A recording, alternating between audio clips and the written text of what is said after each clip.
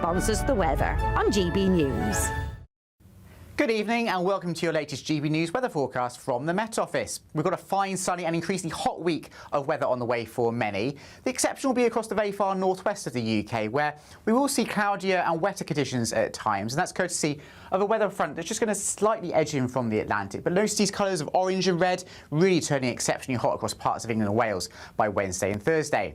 Out there this evening, we still have the remnants of today's rain, edging its way southwards into parts of the North Midlands, North Wales and maybe towards the Wash, but nothing more than a band of cloud really by the end of the night and bringing the odd very isolated light shower. It stays dry to the south with some potential fog patches in southwest England, but quite a warm night in the towns and the cities, lows of 15 or 16 degrees, for example, in Cardiff and indeed in London. A much chillier start to Monday, though, across more northern areas. Temperatures certainly down into single figures in the countryside.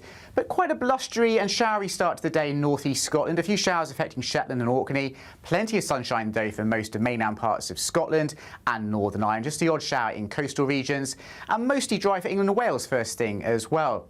With the strong sunshine, the temperatures will really quite quickly lift as we go through the course of the morning. And it's set to be a fine, dry and mostly sunny day for the vast majority of the UK. Still a few showers affecting the very far northeast of Scotland and a fairly brisk northwesterly wind here, so it will feel on the cool side for August. Otherwise, though, pleasantly warm in the sunshine and not as hot in the south as indeed it was on Sunday. Highs are around 26 or 27 degrees Celsius. Now for Tuesday, possibly the odd spot or two of rain in western Scotland and generally a little bit cloudy in some northern areas for a time, but otherwise plenty of sunshine for many, particularly in England and Wales, with some warmth spreading northwards through the course of the day, so temperatures perhaps into the mid-20s even for Scotland. But the heat really builds on Wednesday and indeed on Thursday. We could see the mid-30s Celsius in some spots, so some exceptionally hot weather on the way. Expect warm spells with the odd rude interruption. Boxed Boilers sponsors the weather on GB News.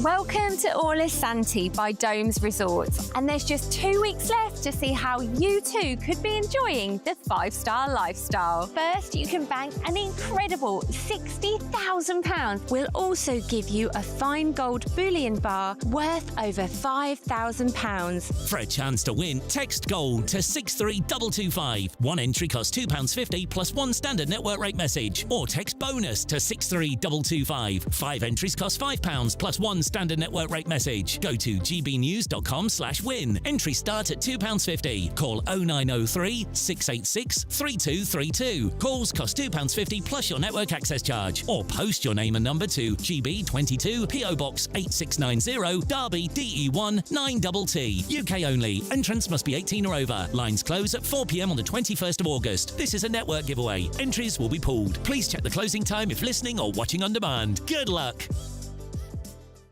At GB News, we love to hear from you, our loyal community. So drop us a line at gbnews.com/yoursay. There you can talk to each other and also to the presenters live on air. gbnews.com/yoursay, because GB News is your channel, Britain's news channel. Exciting news. Every Friday, my Patrick Christys Tonight Show is going to have a twist to it. We're welcoming some special guests. You. That's right, on Fridays I'm going to be doing my show in front of a live studio audience, because this show is about you and what you have to say. It's going to be the same big debates, same big topics, same big opinions, but every Friday night at 9 p.m. you are invited to come on down to Patrick Christys Tonight to be a part of the action. Only on GB News, the People's Channel, Britain's news channel. Join me, Nana Akweer, for an informative, interactive news programme with a difference. It's fun. No, he didn't say that, Dave. I'm so surprised. I think there's an element of truth to that. Join me from 3 p.m. every weekend, only on GB News, Britain's news channel. Hi, I'm Michelle Dewberry, and my show is your opportunity to cut through all the noise and dive in headfirst to some robust debates. Ideas clash. Situation, isn't it? Because the failure is... You're deliberately avoiding my point. Nothing's held back. And if you think this is the end of it, wait for more. And we do not shy away from the difficult stuff. Sometimes I want to shake people and say, if only you understood. So join me on Jubes & Co weeknights at 6 p.m. only on GB News, Britain's news channel. Breaking news, live updates, stories that matter. From the heart of the GB newsroom to every corner of Britain. With our team of dedicated journalists across the UK. GB News bulletins are there to deliver the latest news that matters to you. Bulletins on GB News, the People's Channel, Britain's news channel. I think GB News is completely unique in the way that we interact with our viewers. Our audience aren't afraid to have their say. They want their voices heard now, and they've got a channel where that can happen. I find more and more as I'm wandering around, people come up to me and they say, "We saw you on television." I say, "Oh yes, on what?" "On GB News." "Hello, are you the famous Sue?" The whole crew with me here now. We came to celebrate. It's our job to be the eyes and ears of the viewers. They are part of the GB News family, and I'm pleased to say it's a very large family. And if people go to the time and trouble of listening and watching, then we've got to do a good job for them. Well, I'm here right in the epicentre of the protest. Here we go again. You just tuned in. Where have you been? It is raucous here tonight. That's what makes us the fearless champion of Britain.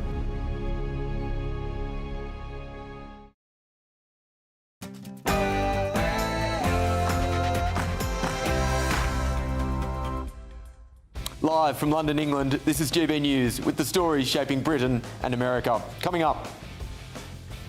But I can do something to give people some breathing space now, some help with the cost of living. Andy Burnham is set to kick off his cost of living tour today. He will be travelling across the country to hear directly from voters about how he can help amidst the cost of living crisis. But is this bold new politics or simply a vanity tour? Also, but you open it up, you'll be a wealthy country. You keep it closed, you're going to be a bankrupt country, which is what you are now. Essentially, you're a bankrupt country. with a consultation on North Sea drilling coming to a close, will the Prime Minister listen to environmental campaigners, or is he going to heed the words of President Trump and drill anti-drill? Also,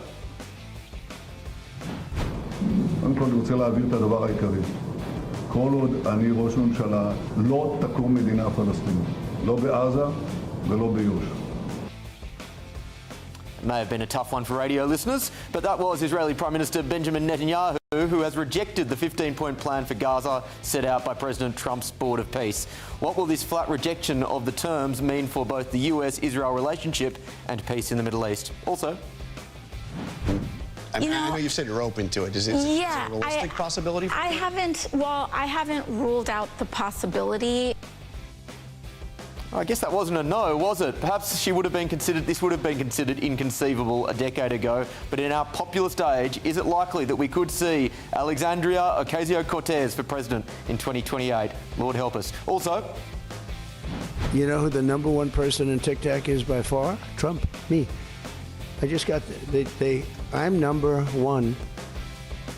Like Taylor Swift was number 11. I'm number one. Well, it's the feud we didn't know we needed, and it's back on. Trump v Swift. This week, the White House have removed Taylor Swift songs from videos from their online accounts. What does this say about President Trump's relationship with the entertainment industry, and does their ire actually work in his favour? I'm Will Kingston, and this is The Late Show Live.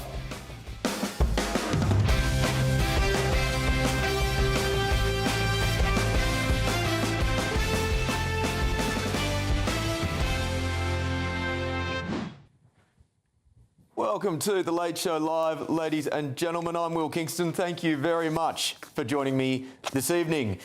On my panel this evening, I should say, in London, we have political commentator Matthew Stadlen and GB News contributor, comedian, the People's Gammon Paul Cox.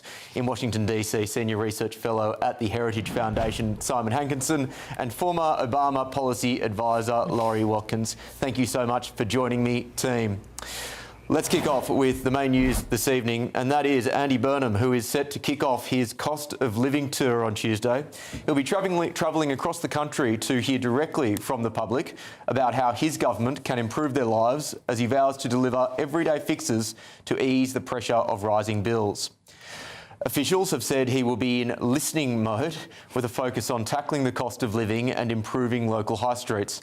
Part of the announcements include plans to tackle subscription traps and the launch of a consultation on adding deceptive discount offers to the Competition and Market Authority's list of banned practices. The Prime Minister said, "I know people are sick and tired of rip-off discounts and subscription traps. Westminster has got used to telling people that everyday hassles like this are just part of life. I don't think that's right, especially when the cost of living continues to weigh heavily on so many people's lives." But with various opposition figures denouncing his new initiative as a vanity tour, is this listening tour a bold new exercise or just empty political gestures? From Andy Burnham? No, surely not. With me now, Labor commentator Simon Nash. Simon, look, I think I haven't checked which subscriptions I have that continue to run with me, unaware that they are still on my credit card. Maybe there's an Amazon Prime one or a Netflix one or a Hulu one I've forgotten to take off. Is this really, when we have such massive structural economic problems, what the Prime Minister should be focusing on? I think it is part of it. I mean, a lot of these contracts are an unlimited contract. So no other organisation other than a website with a subscription would be allowed to do that. If you rent a home or if you rent a car or lease a car, it's not a contract that goes on forever. And that added to, you know, I have 2 credit cards. One is I only get online statements, you know, someone in an email inbox, you know. A lot of people not receiving paper credit card statements, plus having lots of subscriptions, these can just be increased. I run, as you might know, Green Drinks London, an eco-friendly drinks nights, and we had a meetup page, and it was a few pounds a month. Suddenly, the company got bought by another company. The subscription went up to nearly £200 for a 6-month period. It was just taken out of my credit card without any debate, without any real notification. So this is happening a lot, and I think a lot of people... Simon, I'm sorry to interrupt you, and I do get that, but at the same time, debt in this country has just hit £3 trillion. Surely we need to actually be thinking about bigger macroeconomic concerns and then leave your microeconomic financial concerns to people to be more attentive to their everyday finances. I disagree. I think a lot of people, including intelligent people, can be a bit irresponsible with money, and I think a lot of people... I'm not saying that's not the case, Simon. I'm saying the government has more important priorities, and that is focusing on the macroeconomic problems the country faces. I mean, can you focus on both? I think you can, and I think there's much evidence for that. Well, I mean, the government has created in the last 2 years. Obviously, the Andy Burnham government is about 3 weeks old, but I mean, the trade deals with India. I mean, there's a deal worth 13 billion with. Gone me down some, but the USA and India, basically, they're big trade deals, which have really helped. Having homegrown renewable energy and funding Hinkley Point C, homegrown low carbon nuclear energy that's not relying on imported oil or gas. These are all good for the macroeconomic situation. But I think the microeconomic is very important. You know, individual people's lives, if suddenly your bills go up by 10, 15, 20%, that's very significant. And you might think, well, I don't really care. I mean, we live in a $4 trillion economy here in the UK. That's annual GDP. I think for a lot of very poor people, they think, well, so what? That doesn't make a difference to me. What does make a difference to me is something like, well, reducing or eliminating VAT on energy bills. Okay. I mean, that's something Andy Burnham's doing. Well, that's going to make a difference. A separate but related question I have is on the concept of a listening tour more generally. Admittedly, he is a new Prime Minister, but this is well over 2 years into this government now, and then they had 14 years prior to that to do a lot of listening to the public in opposition. Why is he going on a listening tour now when anyone with a half-decent understanding of British politics knows what the key problems are to fix, and if you have any understanding of politics, knows the ways that you should be able to fix them? Well, that's a good point. I think there are actually, on the microeconomic level, I think there are probably things that people might not think about. And a lot of people, you know, if you're in Parliament, you're on a pretty decent salary. You know, having an online subscription to GBNews is obviously free to watch, which is great with a TV licence. But a lot of people will be having subscriptions, and people in Parliament might have thought, well, I mean, is that really an issue for anyone? Actually, talking to poorer people, you'd probably find out it is. Overdraft charges. I mean, for example, a small one, banks raised their overdraft charges, something like 45%. That's a huge increase that happened under the last government. wealthy people wouldn't be aware of that, but actually going around the country speaking to poor people, they will be really hurt by that. I mean, Martin Lewis raised this issue of council tax. So if you are on a sort of a monthly plan for your council tax, and then you miss a payment, the council can go, oh, right, that's it. You've got to pay the whole amount in one go. Otherwise, you're going to go to court. This really harms a lot of people's lives. If you were just in the Westminster bubble, you wouldn't know. Maybe talking to poor people on a tour, and of course, you know, we will see. We will see. Time will tell. Simon, it's always great to have you on the show. You too, mate. Yeah, thanks for having me. Let's go to my panel. Paul, I'll start with you. Again, I don't dispute for a second that it's really annoying when you have, you know, overdue, or you have particular subscriptions that you forget about, or when the council increases your rates and you're not aware of it. All of this stuff does matter. At the same time, there are bigger problems this country is facing, and it plays into the perception that a lot of people have now that this is a Prime Minister who tinkers around the edges, but he's not willing to actually grasp the nettle of the really big structural problems the country faces. So I'm told that Andy Burnham can't look at any of the big ticket items until he runs them past Parliament, which is one of the reasons that he's not doing it now. I actually don't know if that's true or not, because he is... You know, he's announced £96 billion worth of spending. He hasn't run any of that past Parliament. Simon was very interesting in his language there. He makes it sound like Andy Burnham is going around the country to talk to poor people. So I hope every person. By the way, if Andy Burnham comes to talk to you, he considers you poor. So that seemed to be the message coming from Labour. This is the poor tour. Maybe. Well, is that what it is? Because how do you define poor? I mean, for many years, Labour were unable to define what the working person was or what a working class person was. Now everybody's poor, and we're going to talk to the poor people. Well, I'd like to know where they're going. If you defined it against average earnings in America, for example, you're probably right. Most of the people in this country are poor by those standards. Yeah, wasn't that a story earlier today where the most educated in this country earn less or receive less on average than the most uneducated in America? I think it was the average earnings in this country are less than functionally illiterate Americans. Right. Okay. Which is even worse. Which is not a Labour problem. No.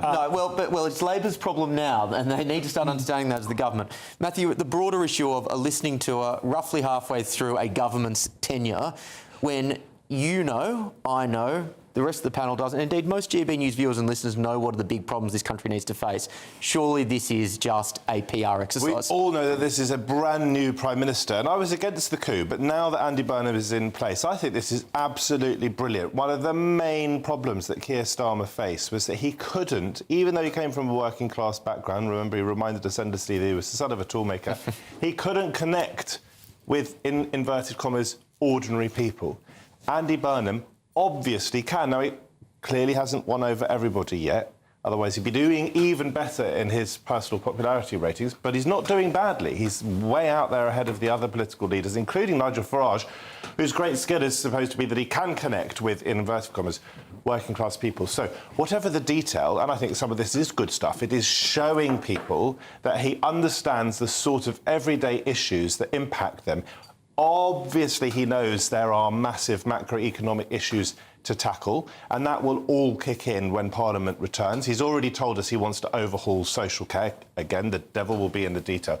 But for a Prime Minister who can communicate, who can show that he listens, I think that you've got to exploit that super skill. And the fact that he's going around the country and actually listening to people in a way that will, I think, appear genuine, because I think it probably is, that's got to be a good thing. Do you think he will learn anything new that he doesn't already know?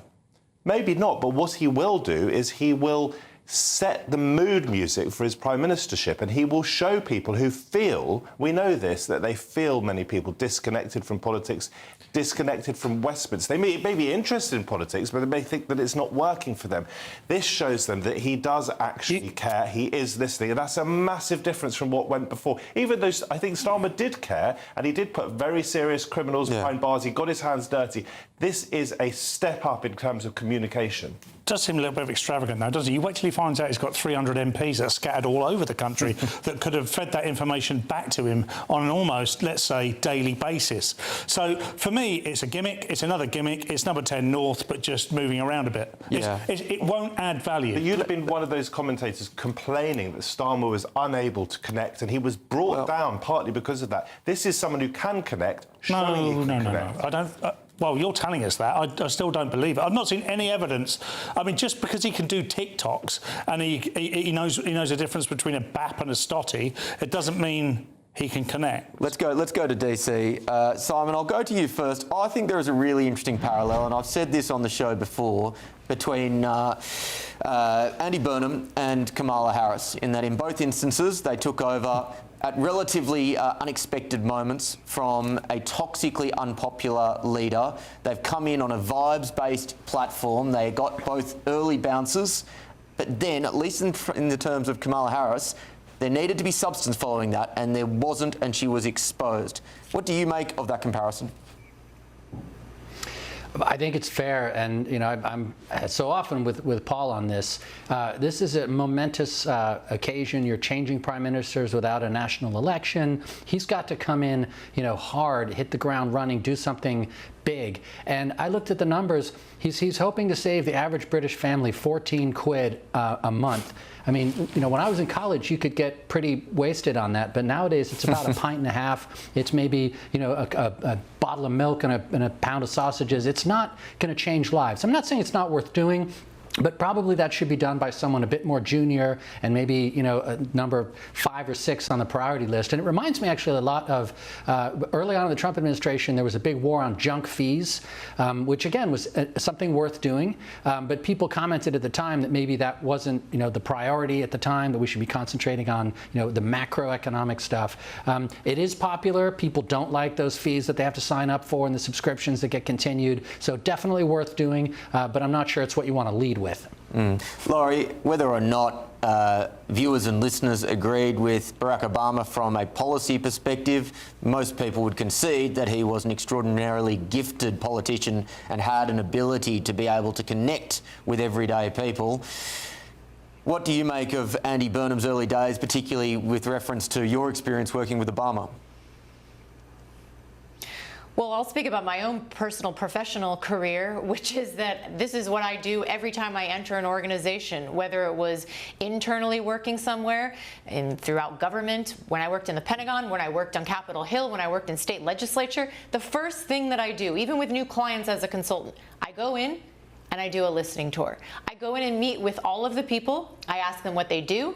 I want to hear what drives them, what they're passionate about, what they think could use improvement, etc. That gives me crystal clear information that I use as data points in the future to understand who I need to go to understand what's important, who has the pulse of the people. And so for people to say that they think this is a bad idea, that he's going out and speaking to Brits, I think that's really short-sighted. I used to be a management consultant for my sins as well, Laurie, and we also would do that 2-week introductory interview phase with different people in an organisation. The awful truth is you never actually learnt anything you didn't already know, but there was some value in looking like you are listening, so then when you actually make changes, you have buy-in from the people. But I do wonder whether or not... Well, we've had different experiences. We certainly have, but I do have... Because I've actually found it useful, the listening tours. And just to interrupt you, I don't think that people know everything. If people know everything, then what are they doing? What's the point of them going into office if the people want something new, Laurie, and they're just going to give the same old... Laurie, so good at this listening stuff. Honestly, you really did learn a lot. Carry on, Laurie. Go for it. Laurie, do you think Andy Burnham will learn a single new thing from speaking to everyday people in highly coordinated press, pre-prepared press, effectively, snippets? If you're assuming that they're very... controlled. So no, in any situation I wouldn't say that. But going out and talking to people every single day that's not scripted, that's not organized, and hearing organically what is on their mind, what's troubling them at the kitchen table every single night, who wouldn't want to hear that? You're a fool if you're a politician and you don't want to hear from people. Will, can I just make a point that when you get power, and I know nothing about power, I've never had any power in my life, But when you get power, I think it is easy for those who get it to become more and more distant from the people that they serve. And Andy Burnham is our servant. He is our Prime Minister, but he is there to serve us. And by connecting with people, by listening to people, so long as it is genuine, and showing people that he is listening, that makes it so much easier for him then when he has to introduce the medicine, because he knows what medicine is needed, but also he's got people's ear because they are going to be listening to him in return. But guys, here's the thing: he's been a politician for over 20 years. Admittedly, for the last 10 or so, he's been a regional leader as opposed to a national leader. But that's involved having your ear to the grindstone on national issues. My point is, he should have been listening for the last 20 years. You don't need to do an extended press tour in order to say finally that you're listening.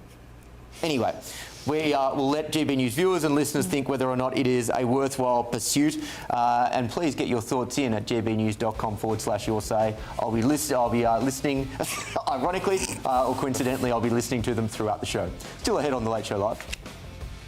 But you open it up, you'll be a wealthy country. You keep it closed, you're going to be a bankrupt country, which is what you are now. Essentially, you're a bankrupt country. With the consultation on North Sea drilling coming to a close, will the Prime Minister listen to environmental campaigners, or is he going to heed the words of President Trump and drill Andy drill? This is The Late Show Live, only on GB News.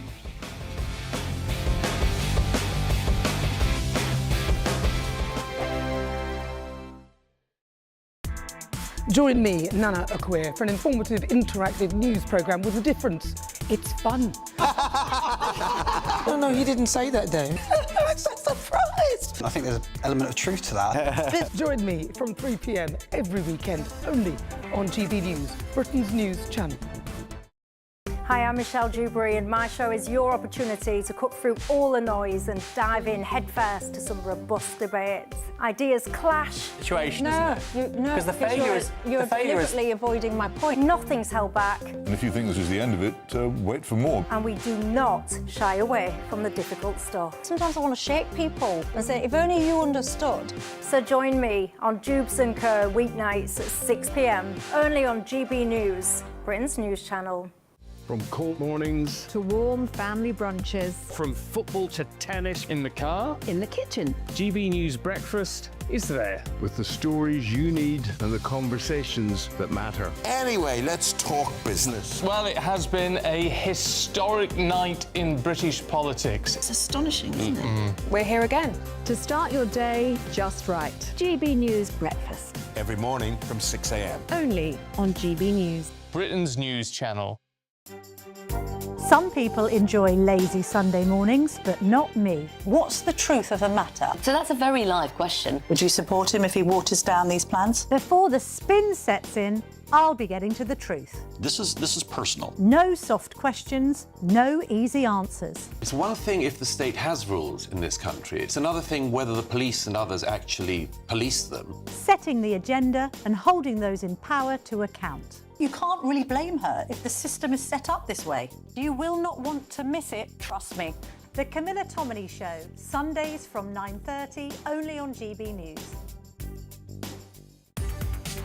From the school run to the home run, watch a new show for all of Britain. So he can say whatever he wants. A straight-talking show where all voices are heard.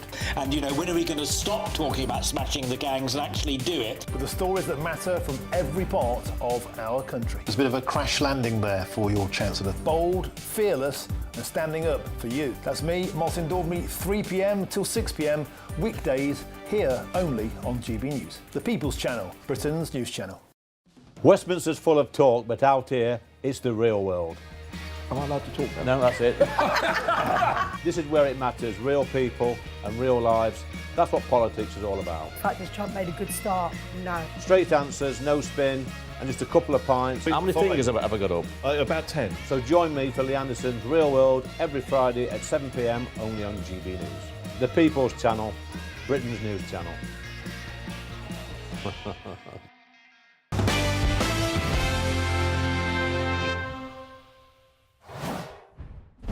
Welcome back to The Late Show Live with me, Will Kingston.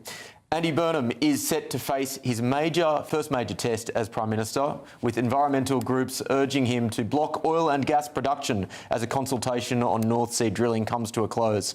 Production at 2 North Sea fields, Jackdaw and Rosebank, were approved by the Conservatives, but a court quashed those decisions last year after a challenge from Greenpeace, leaving the Labor government to decide whether to go ahead.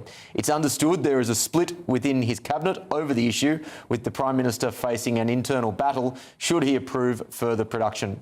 Opposition politicians, the oil and gas industry, and of course US President Donald Trump have called for the Prime Minister to grant permission, arguing this would safeguard jobs and slash household bills.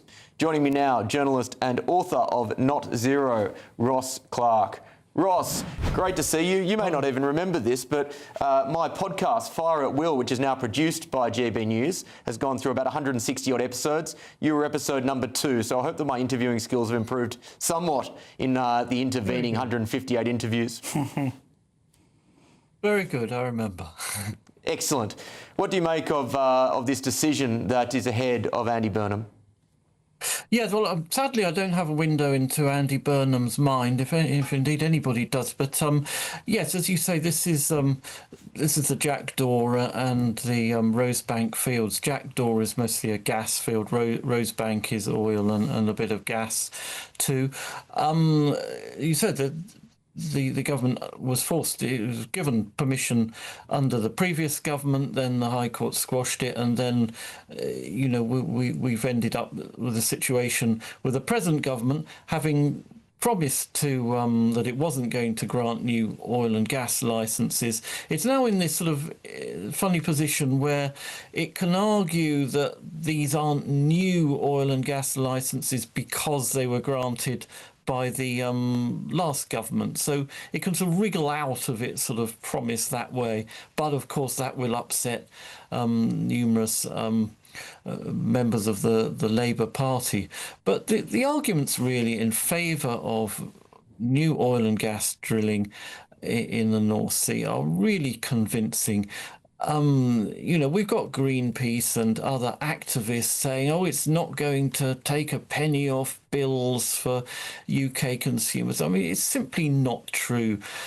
You can talk about a global price for oil, but not for gas. Gas is very regional prices of gas vary enormously around the world, depending on the availability of local supply and local demand.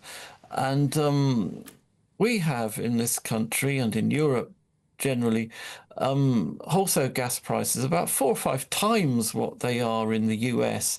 And that's because gas is very difficult and expensive to transport around the world. And at the moment, we are importing increasing amounts of liquefied natural gas, which is very expensive and involves greater carbon emissions. To get the same amount of gas into Britain, importing by ship, involves more carbon emissions than if you're getting it locally in the North Sea. So Ross, my question would be, because many people held out hope that after Ed Miliband was moved on from the energy and net zero portfolio, that there may be a more pragmatic approach to these issues.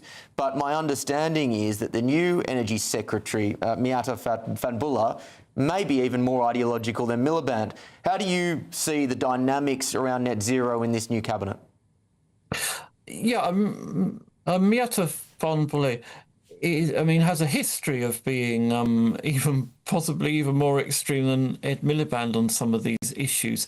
However, since she's been in office, she has sort of, floated a few suggestions that she's maybe a little more pragmatic in this than her predecessor.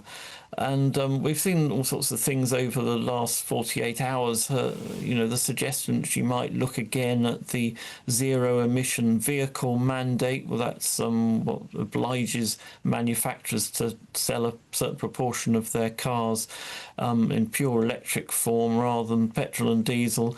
And, also on this oil drilling issue, So it may be that she is more pragmatic about this, but Ed Miliband, of course, is still in the cabinet. He's now Foreign Secretary. He's been promoted, and he will still be very influential in cabinet decisions. So which way Andy Burnham will go on this, I'm not absolutely sure, but my guess is that he will approve some degree of gas drilling in Jackdaw Field, certainly. I mean, this could be producing 6% of Britain's gas supplies this winter. And of course, our gas supplies are severely constrained, not just because of, Russia and the fact that Europe has lost the supply of gas from by pipeline from Russia, but also because a lot of the liquefied natural gas in the world comes through the Straits of Hormuz, and that is cut off at the moment. And what he may do is approve what are called tiebacks. And a tieback is where you basically get a new oil or gas installation that's plugged into the existing infrastructure in the North Sea without having to, provide a whole new infrastructure. He may sort of try and fudge it that way and say, we'll try and please both sides of the debate in the cabinet. I don't think that would be the first example. I don't think that's the first example of where he'll be trying to please both sides in the first few weeks of his prime ministership. Time will tell. Ross, so good to chat to you once again. Thank you. Matthew, I'll go to you first. Again, I have an instinct, maybe I'm giving him too much credit, that Burnham may be more pragmatic when it comes to North Sea oil and gas drilling, as well as net zero more broadly, than Starmer. At the same time, I'm looking at a Telegraph article at the moment in front of me that says Burnham's Energy Secretary demanded Britain hit full net zero within 10 years. Where do you see this cabinet going when it comes to their net zero policy? Well, Burnham told us, didn't he, that he would be more pragmatic. So I think it would be fairly safe to assume that there may be a little bit of movement within Rosebank and or Jackdaw. I think allowing further drilling there would not be, or allowing drilling there would not break Labour's manifesto pledge. Yep. But some might argue it would break the spirit of it. This is a test of Andy Burnham because there are very loud voices in favour of drilling and there are very loud voices against net zero. So if he isn't going to allow for that drilling, he's got to be able to take the public with him. So he does his listening, but he's got to be able to do his explaining as well. I'll just say very quickly a couple of things.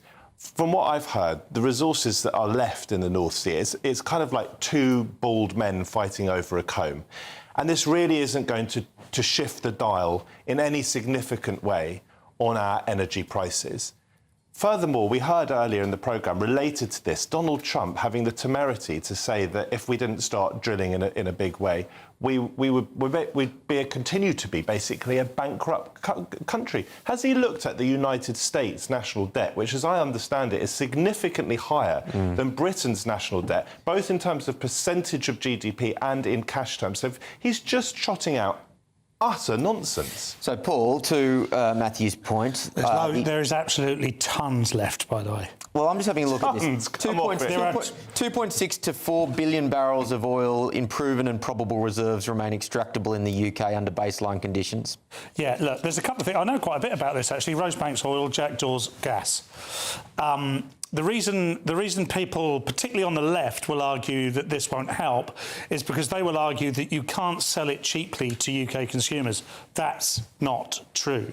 What happens is that the fuel comes out of the ground and is sent to a refinery. The refineries sell it. Now, if you're going to sell it onto a UK provider that's going to sell it for £70, but you can sell it into the open market for 100. The idea is the refineries will sell it to the open market at 100, which is why they wouldn't sell it into the UK consumer. But that is just legislation that can be written overnight to be changed. And you can sell to the market and subsidise by selling to the market UK oil and gas into UK consumers. The whole thing is utterly possible. And actually, there's 3-4 billion barrels of this stuff just hanging around in Jackdaw and Rosebank. And by the way, these are quite old mines. They're just being reopened. There is other mines to be mined. We've just decided that we don't want to, and we're leaving it there. We are sold a yarn on this stuff because of what the damage is perceived to do to planet Earth. Well, we will see what the Burnham government chooses to do on this, but they have said the North Sea remains a vital national asset, supporting jobs, growth and the UK's energy security. We are clear that oil and gas will continue to play an important role in our energy system for decades to come, alongside renewables, nuclear and other low-carbon technologies. Our focus is on providing stability and supporting North Sea workers and communities as they continue to make a vital contribution to the UK's economy. I think the framing of that ROI is something I doubt we would have heard under Ed Miliband. Still ahead on The Late Show Live. קודם כל אני רוצה להבהיר את הדבר העיקרי. כל עוד אני ראש ממשלה, לא תקום מדינה פלסטינית. לא בעזה ולא ביו"ש. Radio listeners who are a bit dusty with their Hebrew, that was Israeli Prime Minister Benjamin Netanyahu, who has rejected the 15-point plan for Gaza set out by President Trump's Board of Peace. What will this flat rejection of the terms mean for both the US-Israel relationship and peace in the Middle East? This is The Late Show Live, only on GBNews.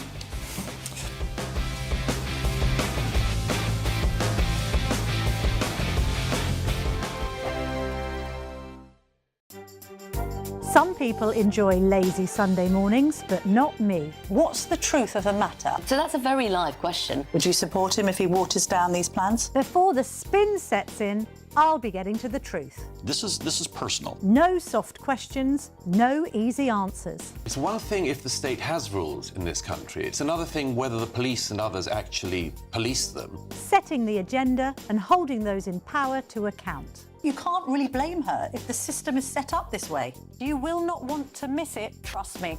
The Camilla Tominey Show, Sundays from 9:30, only on GB News. Breaking news, live updates, stories that matter. From the heart of the GB newsroom to every corner of Britain, with our team of dedicated journalists across the UK. GB News bulletins are there to deliver the latest news that matters to you. Bulletins on GB News, The People's Channel, Britain's news channel. Hi, I'm Michelle Dewberry, and my show is your opportunity to cut through all the noise and dive in headfirst to some robust debates. Ideas clash. Situation, No, isn't it? no, Because the failure is you're deliberately avoiding my point. Nothing's held back, And if you think this is the end of it, wait for more. and we do not shy away from the difficult stuff. Sometimes I want to shake people and say, if only you understood. So join me on Jubes and Kerr weeknights at 6 p.m, only on GB News, Britain's news channel. Britain is not just a geographical expression. We are a people bound together by history and culture that are distinctively British. Join me to celebrate our music, theatre, artworks and literature, which we can explore and enjoy together. Everybody's welcome. Sunday with Michael Portillo, every Sunday at 11 a.m. on GB News, the People's Channel, Britain's news channel. I've been in Westminster for a long time, but I know that though power may be here, its effect on people's lives is across the whole of the country. We may be where rules are made, but it's where they're implemented that matters. Join me, Jacob Rees-Mogg, for forthright and frank discussion on where Britain has come from, where it's going, and where it will end up. That's State of the Nation, Monday to Thursday, 8 to 9 o'clock. Vox Populi, Vox Dei. From the school run to the home run, watch a new show for all of Britain. He can say whatever he wants. A straight talking show where all voices are heard. And, you know, when are we going to stop talking about smashing the gangs and actually do it? With the stories that matter from every part of our country. There's a bit of a crash landing there for your Chancellor. Bold, fearless and standing up for you. That's me, Martin Daubney, 3 p.m. till 6 p.m, weekdays, here only on GB News. The People's Channel, Britain's news channel.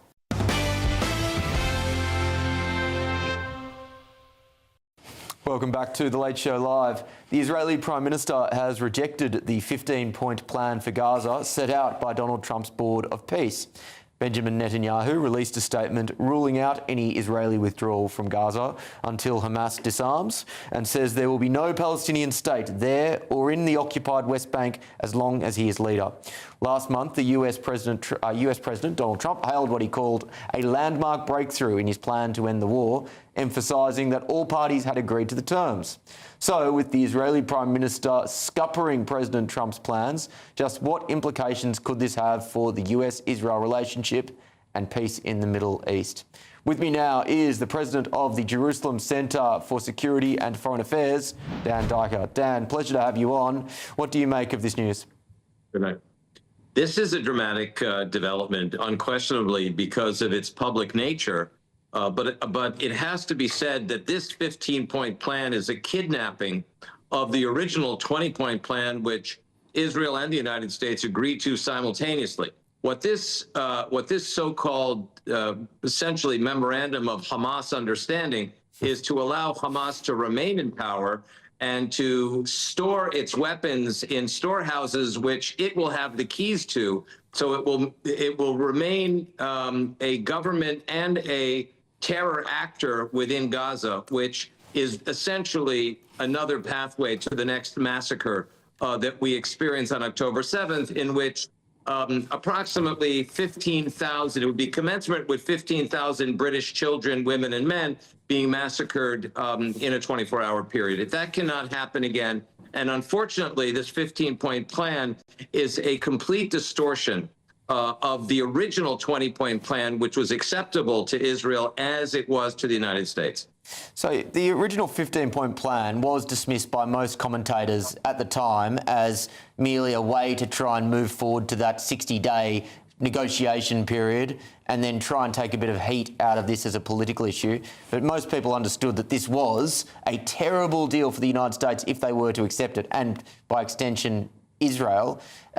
Surely Trump can't be surprised that Israel wouldn't sign up for this. We don't know what President Trump thinks. Only President Trump uniquely understands what's on his mind. But I think it would be in the private discussions between the United States and Israel, which you're seeing on your screen, and the most recent iteration of those private discussions in Washington about a week and a half ago, it was very clear that a different plan, which was to attack the Hamas's sponsor, the Iranian regime, the Islamic Republic, which, by the way, has attempted to assassinate between 20 and 25 Brits since 2021. They're the ones behind this, what's really a fake. It's a head fake, and it's a way of allowing the Hamas to stay in power. Every time we have seen a Palestinian state or a proposition for one, whether it's in the former West Bank of Jordan, otherwise known as Judea and Samaria, or in Gaza, we see that the jihadis, the same jihadis that murdered people in London on 7/7, those would be the people that would be running the Gaza state and the West Bank state. We cannot allow that to happen unless you're in favor of murdering Jews, and I think most of the civilized world still is on the right side of history on that question. Can you ever see a series of conditions where a two-state solution would be workable? Well, first of all, the word two-state solution, or the moniker two-state solution, is a mistake. There is a state. The state is 3,600 years old. It's called the State of Israel. We're talking about a prospective Palestinian Arab state, free of weapons, free of jihadism, free of massive blood libels against the Jewish people, and that's possible. But there are principles that have to be adhered to in order for that to happen. And right now, the Iranian regime is driving weapons into the West Bank from the Jordanian border. They're driving incredible amounts of incitement to murder and still weapons into the Gaza Strip, up through the Suez Canal, and even across the Egyptian border.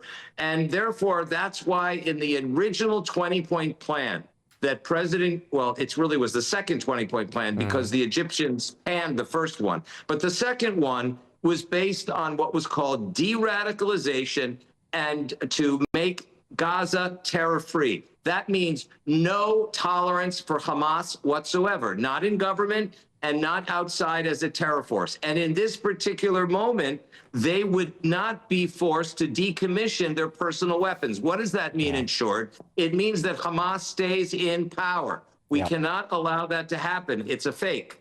Dan, thanks very much for your time. Appreciate it. Please. That was Dan Dyker there. Let's go to the panel in DC for this one. Simon, I'll go to you. Were you surprised by Israel's response to this?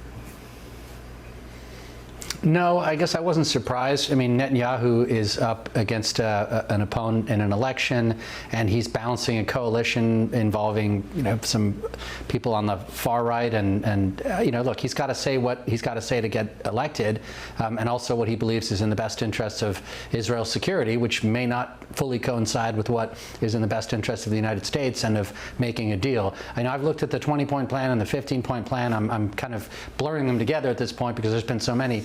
But they're really asking for a lot of trust here. We're talking about Hamas giving up its weapons, telling people where the tunnels are, where the infrastructure is, and there's going to be some kind of Palestinian agency authority that it's not Hamas, not Hezbollah, not Fatah, but that it's trusted by everyone, supervised by Turkey and Qatar. This is a complicated deal to put together. I definitely think it's worth the effort to try to get there, but I think this is a bit of a setback, and it does put Netanyahu at odds with President Trump, and we'll have to see how that plays out.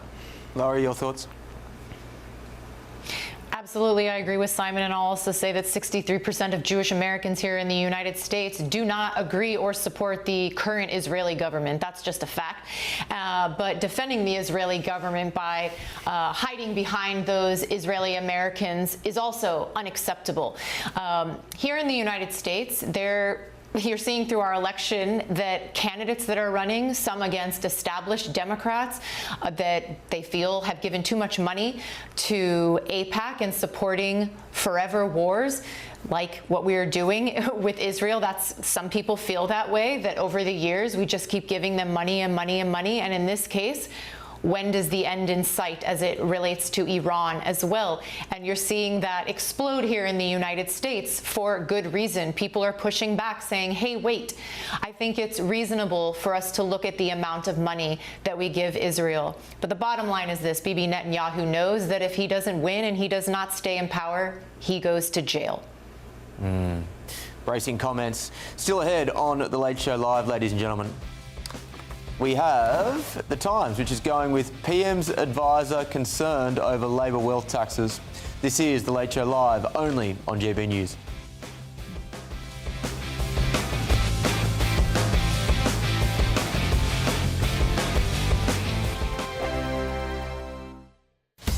Breaking news, live updates, stories that matter. From the heart of the GB newsroom to every corner of Britain, with our team of dedicated journalists across the UK. GB News bulletins are there to deliver the latest news that matters to you. Bulletins on GB News, the People's Channel, Britain's news channel.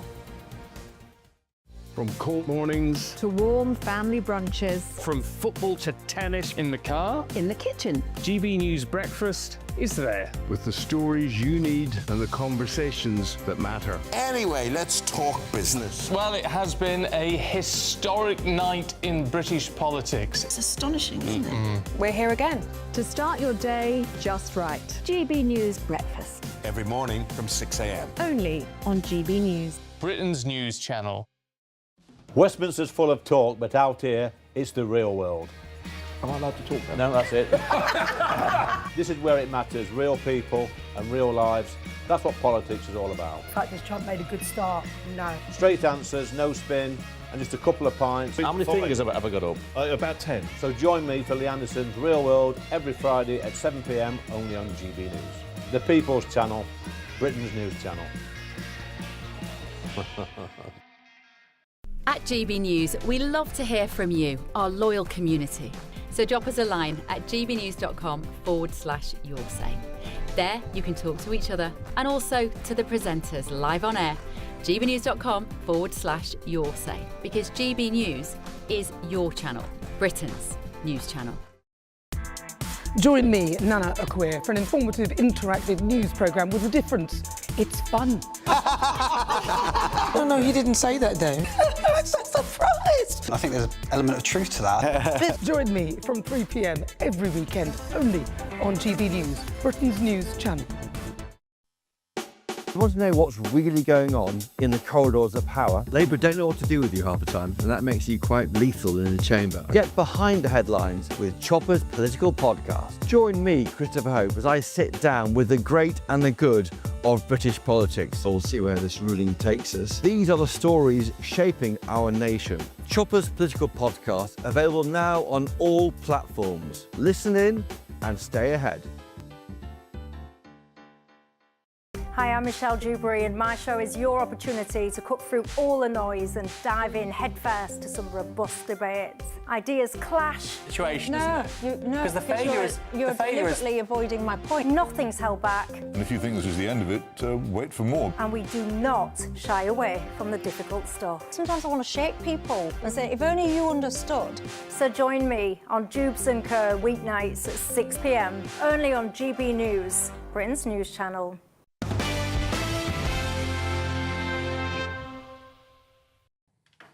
Welcome back to The Late Show Live with me, Will Kingston. Let's delve into some of the main stories on the front of tomorrow's papers, and we'll start with The Times, which is reporting PM's advisor concerned over Labor wealth taxes.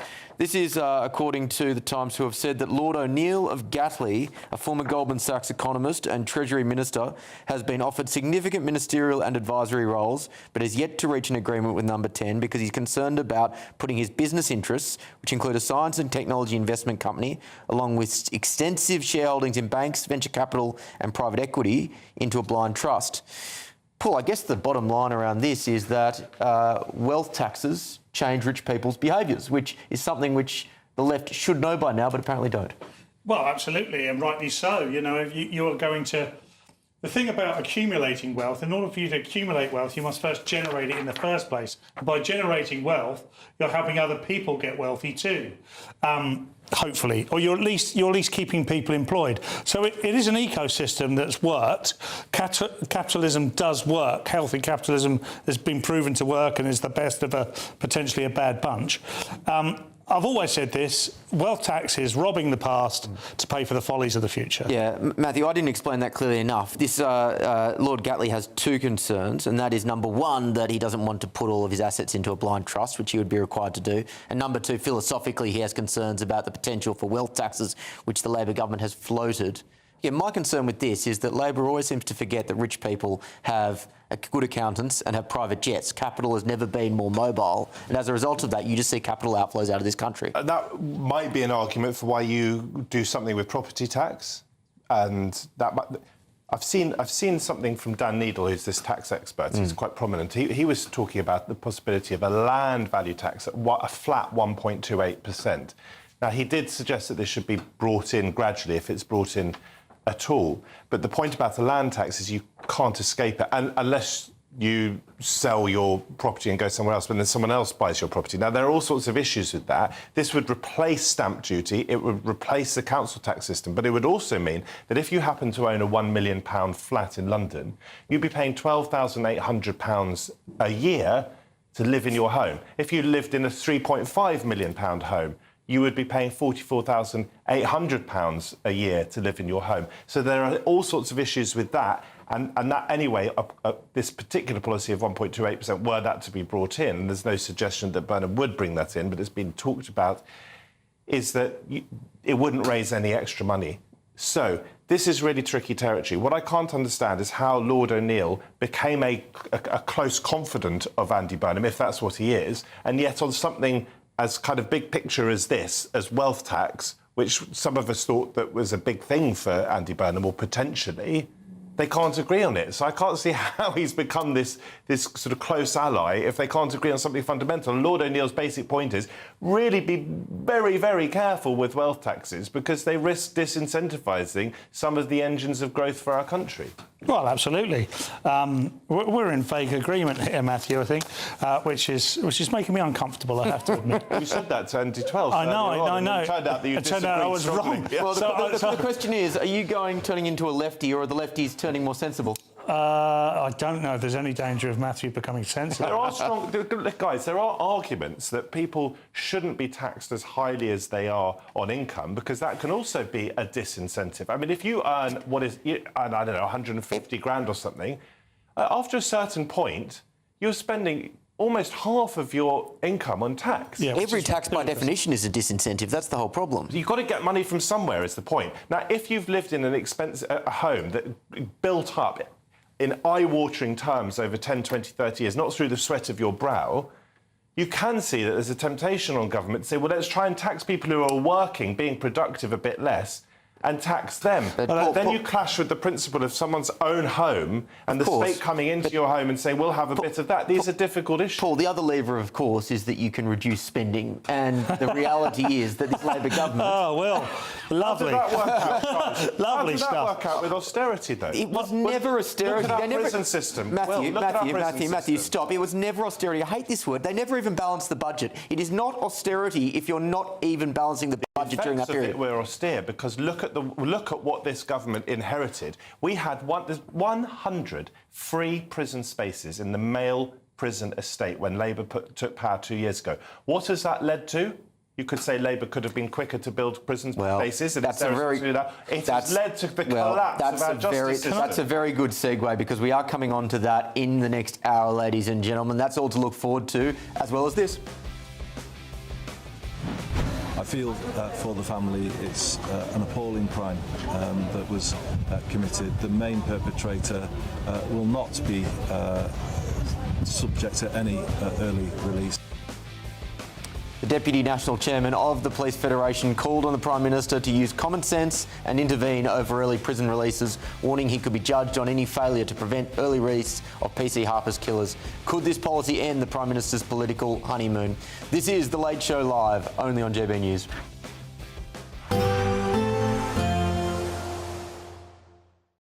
Today, clouds overhead, total zen within.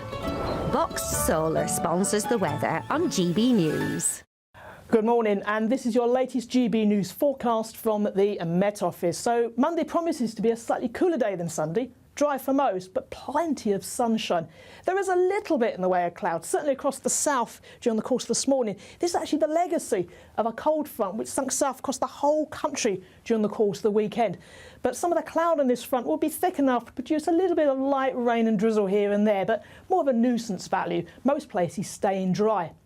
But with clear, bright sunshine, temperatures into the afternoon reaching into the high 20s, highs of 27 degrees for London. It's a slightly different story further north, with a fair amount of cloud across parts of Scotland. And that will certainly actually help to keep a lid on the temperatures into the afternoon. By the time we get to the evening, we're looking at temperatures into the high teens. But there are some brighter skies in the mix too.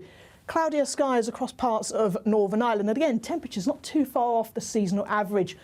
But across England and Wales, with bright, clear sunshine on offer into the evening, temperatures comfortably into the mid-20s. And with clear skies overnight, we are likely to see a few mist and fog patches forming across England and Wales. Cloud does persist across parts of Northern Ireland and Scotland.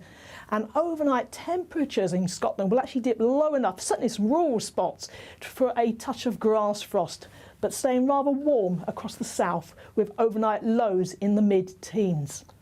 But it's a bright and sunny start Tuesday morning. And if anything, the cloud across northern parts of the country will gradually lift and brighten up, so turning bright and sunny even here too, and across parts of Northern Ireland. But it's a warm day, another warm day, especially across England and Wales, with highs of 27 or 28 degrees across parts of the south. And these higher temperatures will actually push further north through the day. That's your forecast. Today, clouds overhead, total zen within. Box Solar sponsors the weather on GB News. Thank you to our global community for watching and listening to GB News. We're not only the #1 news channel in Britain, we're chosen by you around the world. Thank you, Britain, for making GB News Radio such a huge success. Whether you're in the car, on the go, or listening at home, thank you for choosing us as your radio station.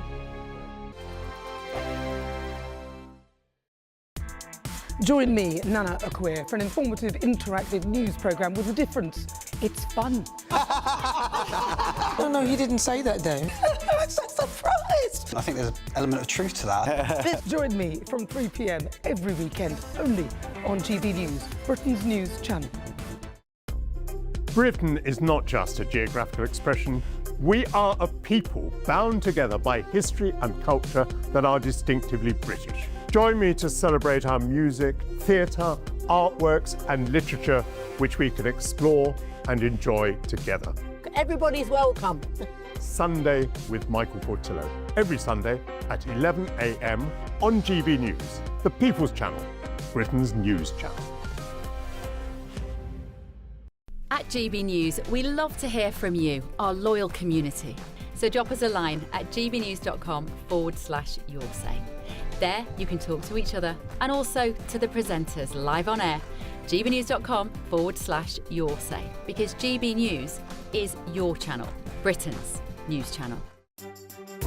Some people enjoy lazy Sunday mornings, but not me. What's the truth of the matter? So that's a very live question. Would you support him if he waters down these plans? Before the spin sets in, I'll be getting to the truth. This is personal. No soft questions, no easy answers. It's one thing if the state has rules in this country. It's another thing whether the police and others actually police them. Setting the agenda and holding those in power to account. You can't really blame her if the system is set up this way. You will not want to miss it, trust me. The Camilla Tominey Show, Sundays from 9:30, only on GB News. From the school run to the home run, watch a new show for all of Britain. He can say whatever he wants. A straight-talking show where all voices are heard. And, you know, when are we going to stop talking about smashing the gangs and actually do it? With the stories that matter from every part of our country. There's a bit of a crash landing there for your Chancellor. Bold, fearless and standing up for you. That's me, Martin Daubney, 3 p.m. till 6 p.m, weekdays, here only on GB News. The People's Channel, Britain's news channel. Westminster's full of talk, but out here, it's the real world. Am I allowed to talk now? No, that's it. This is where it matters, real people and real lives. That's what politics is all about. In fact, has Trump made a good start? No. Straight answers, no spin, and just a couple of pints. How many fingers have I got up? About 10. So join me for Lee Anderson's Real World every Friday at 7 p.m, only on GB News. The People's Channel, Britain's news channel.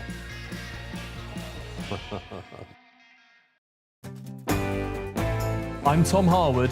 This is GB News, Britain's news channel.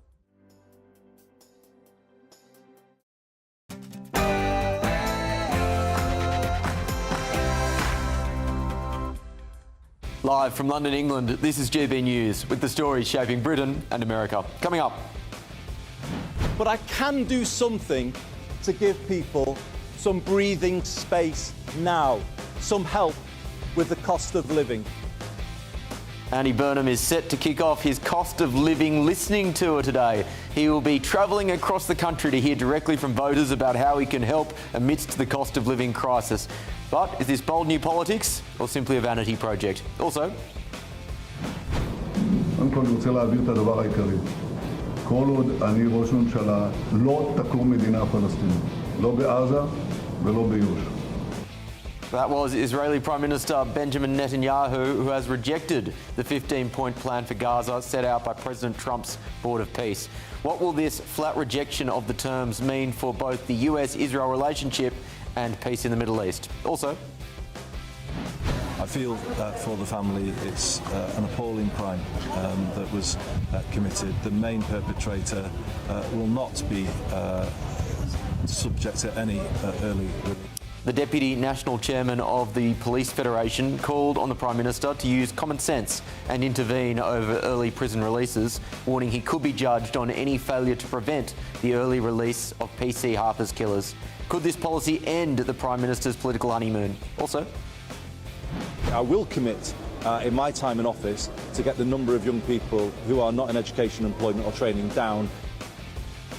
Education Secretary Lucy Powell has vowed to answer the clarion call of the NEET crisis, as more than 50,000 teenagers will not be receiving exam results this week. How can the government combat this crisis before we lose future generations? Also,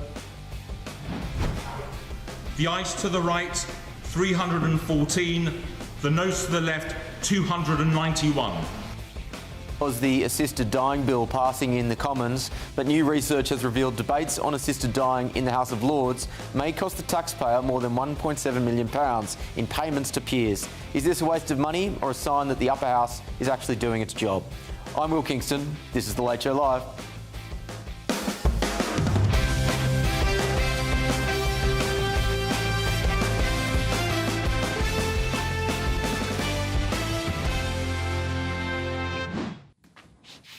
Welcome back to The Late Show Live for a second hour, ladies and gentlemen. Thank you so much for staying with us. In London, I'm once again joined by political commentator Matthew Stadlin and GB News contributor, and indeed the dream of waspy women everywhere, Paul Cox. Why don't you say that about me? Facts are facts, Matthew. Well, if anyone out there is interested in a package deal, please do get in touch, gbnews.com/yoursay. In Washington, we have Senior Research Fellow at the Heritage Foundation, Simon Hankinson, and former Obama policy advisor, Laurie Watkins. Thank you once again for joining me, team.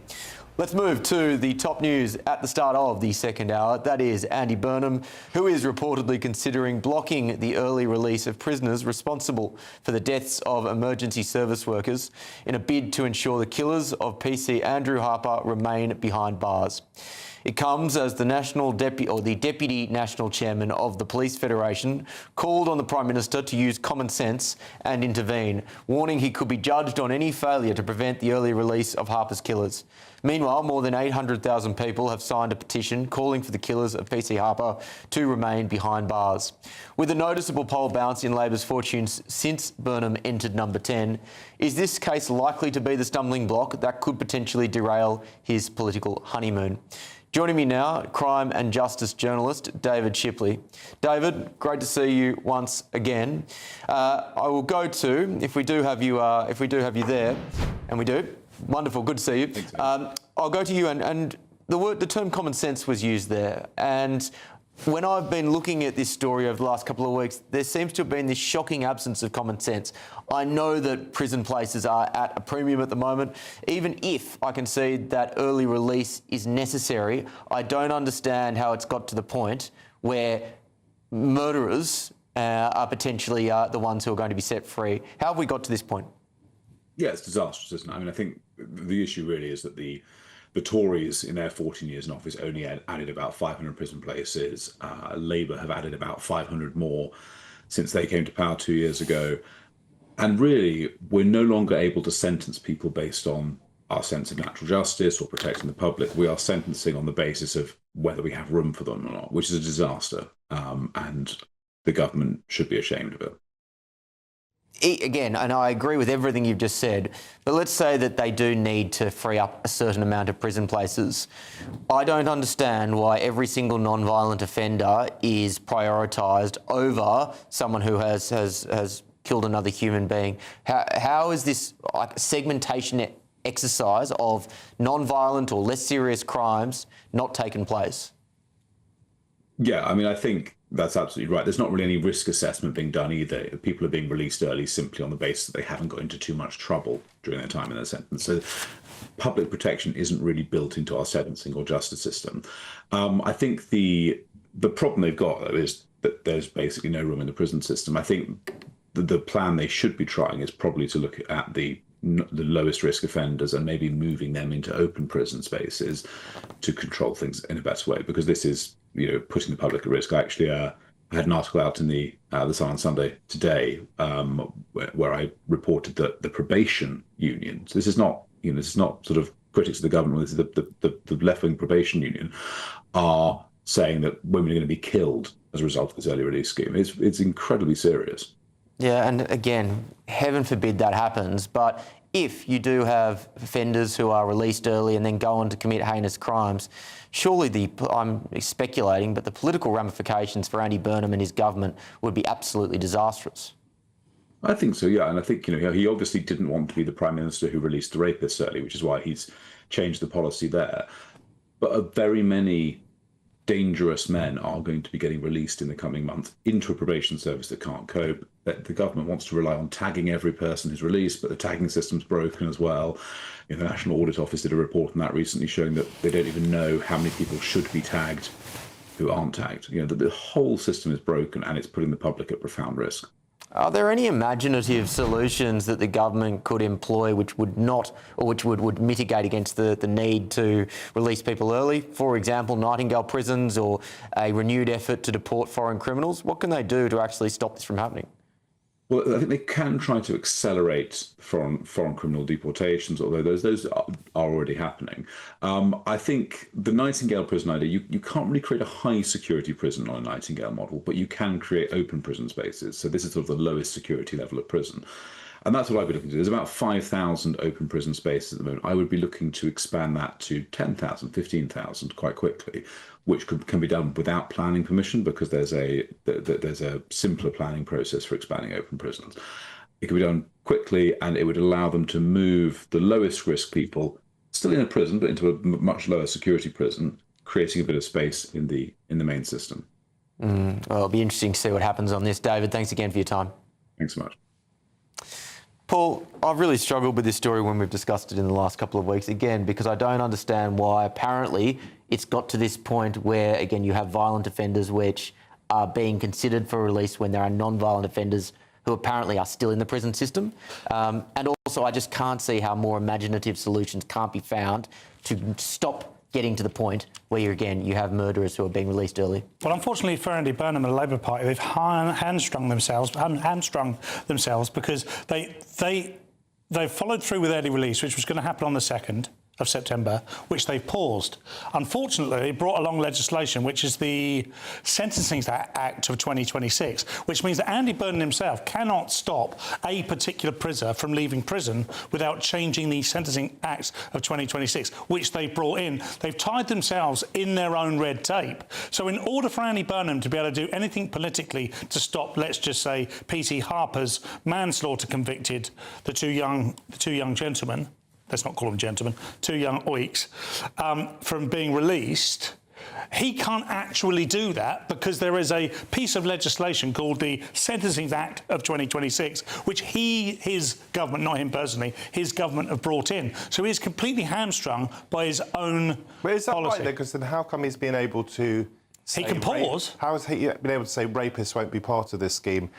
Certain child sex offenders won't be part of this. That's what I don't quite understand. He can make broad statements and he can say certain he could say times. if you've committed manslaughter. And actually, I've got to correct Will on this because murderers are not part of this scheme, as I understand. Sorry, I should be more careful in mind. People who have killed someone else. Right, so the killers of P.C. Harper, all three of them, one of whom is not going to be released early, as Burnham was explaining there, but all three of them were convicted of manslaughter. Burnham clearly gets how dangerous this is as an issue because he's had the advantage not just of not being Keir Starmer, but of seeing the mistakes that Starmer's government made over 2 years and seeing what helped in the end altogether to bring him down. These stories are really toxic because it is, let's face it, whoever you blame, whether you look at the Tories who ran down the prison system or you look at the current government, it is a failure of the state. If the Prime Minister is basically saying to the country, I don't want these people to be released early, but if we don't release them early, we're not going to be able to put future offenders or current offenders into prison. That is a failure of the state. And it carries high political risk, as you've been suggesting, for whoever happens to be in the hot seat at that moment. Burnham chose to be in that hot seat, so it will fall to him. And I think one of you, whoever it was, is right to say, if, heaven forbid, one of these people who is released early goes on to reoffend, and surely some of them will, and the press get hold of that becomes an even more difficult story. What I don't quite understand is that Burnham understood the toxicity. That's why he said rapists and so forth will not be allowed out early. And yet this P.C. Harper story, and it's an appalling story, and my heart goes out to the family who are going through all this again and again. But this was a big story for the last, 2 weeks. Why did he exclude rapists but not people who committed manslaughter? It goes back to the Sentencing Act. We can all blame both Labour and Conservatives for the prison capacity issue. And rightly so, they share the blame. Tories, okay, the ratio because of the years in power. I can concede that. And, you know, I've got no skin in the game. I don't care whether it's Tories or Labour. I want a good government. But the Sentencing Act of 2026, put together by the Labour Party, means that there is much more leniency to allow people to be in prison for less time or not go to prison and have some other form of punishment. Because they've signed this act off, they cannot just... One Prime Minister, whoever he is, cannot make the change they need to make. They completely cause the problem for themselves. Well, I'm not sure about that. What I would say is that this is starting to feel like a bit of a fiasco. You talked about, is this a roadblock for Burnham? One of the things that conspired to bring Starmer down was the U-turns. And I saw one headline in the last 24 hours or so suggesting that Burnham might be considering U-turning on really early release for PC Harper's killers. And if he does U-turn on that, it's entirely avoidable because he could have changed it earlier. On that, I agree entirely. Let's go to DC for their thoughts from across the pond. Simon, to you on this. This really, to me, is symbolic of a broader feeling amongst the British people that the social contract is broken. Taxes continue to go up in this country. People are paying more to the government. They expect the basics to be done. And one of the absolute most basic things of any government is to keep people safe and to ensure that the criminal justice system is serving its purpose of A, stopping dangerous people from reoffending, and B, from ensuring that a sense of justice is felt by people who are part of society. Do you see that breaking of the social contract from afar?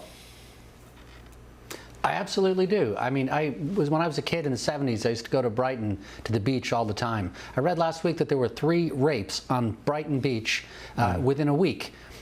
Bournemouth is now notorious for violent offences, generally by migrants who should not be in the country in the first place. This is all completely new. And on a larger scale, I just read that it's possible some people who plotted to blow up airplanes back in 2006 were jailed for life in 2010 are going to be released early. You know, this is madness. We put people in prison for a reason, to keep the public safe, for justice, retribution. In some cases, they can be rehabilitated. In some cases, not. If you're jailed for life, it ought to mean that you're jailed for life. And releasing people who have hurt others and will statistically hurt again, because we know that 80% of criminals in the United States in federal prisons will offend again within 10 years, it just seems madness. Laurie, what do you make of it? Yeah, I agree with everyone on the panel. We've been discussing this here on this network for weeks, as you said. And I was outraged to read before the show in preparation and to hear that this continues to be seriously discussed, that these changes could be had.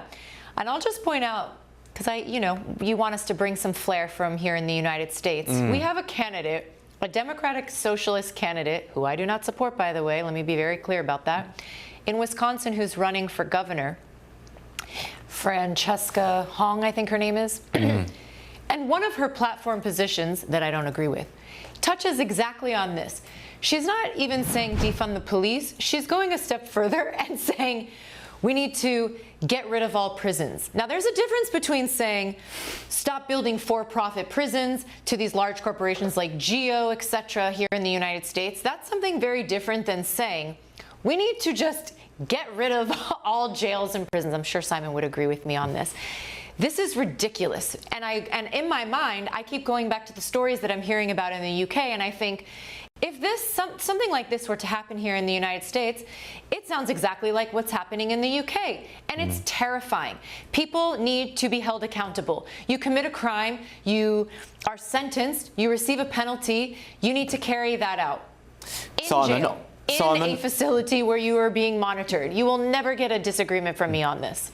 Simon, to Laurie's point, the Democratic Socialists are on the march in the United States, whilst some of them, I believe, would actually be for the ridiculous notion of abolishing prisons. I would say all of them are, in inverted commas, soft on crime in the way that we would perceive it. What ramifications do you think that the momentum that particular movement has for the Democratic Party and for America more generally? Well, I mean, Laura's a great example of how the Democratic Party has changed in my lifetime, from Bill Clinton, who believed in secure borders. He believed in welfare reform so that people had to work if they were able to work, who balanced the budget. I think the last time in our history when we had a balanced budget was either George W. Bush 1 year and Clinton for a couple of years. And now we have the left wing of the Democratic Socialists of America, which is not its own party, but it's trying to pull the whole Democratic Party to the left, to the chagrin of people like James Carville and others who... And me. And Lori, the old veterans. I mean, it used to be that law and order was one thing we agreed on.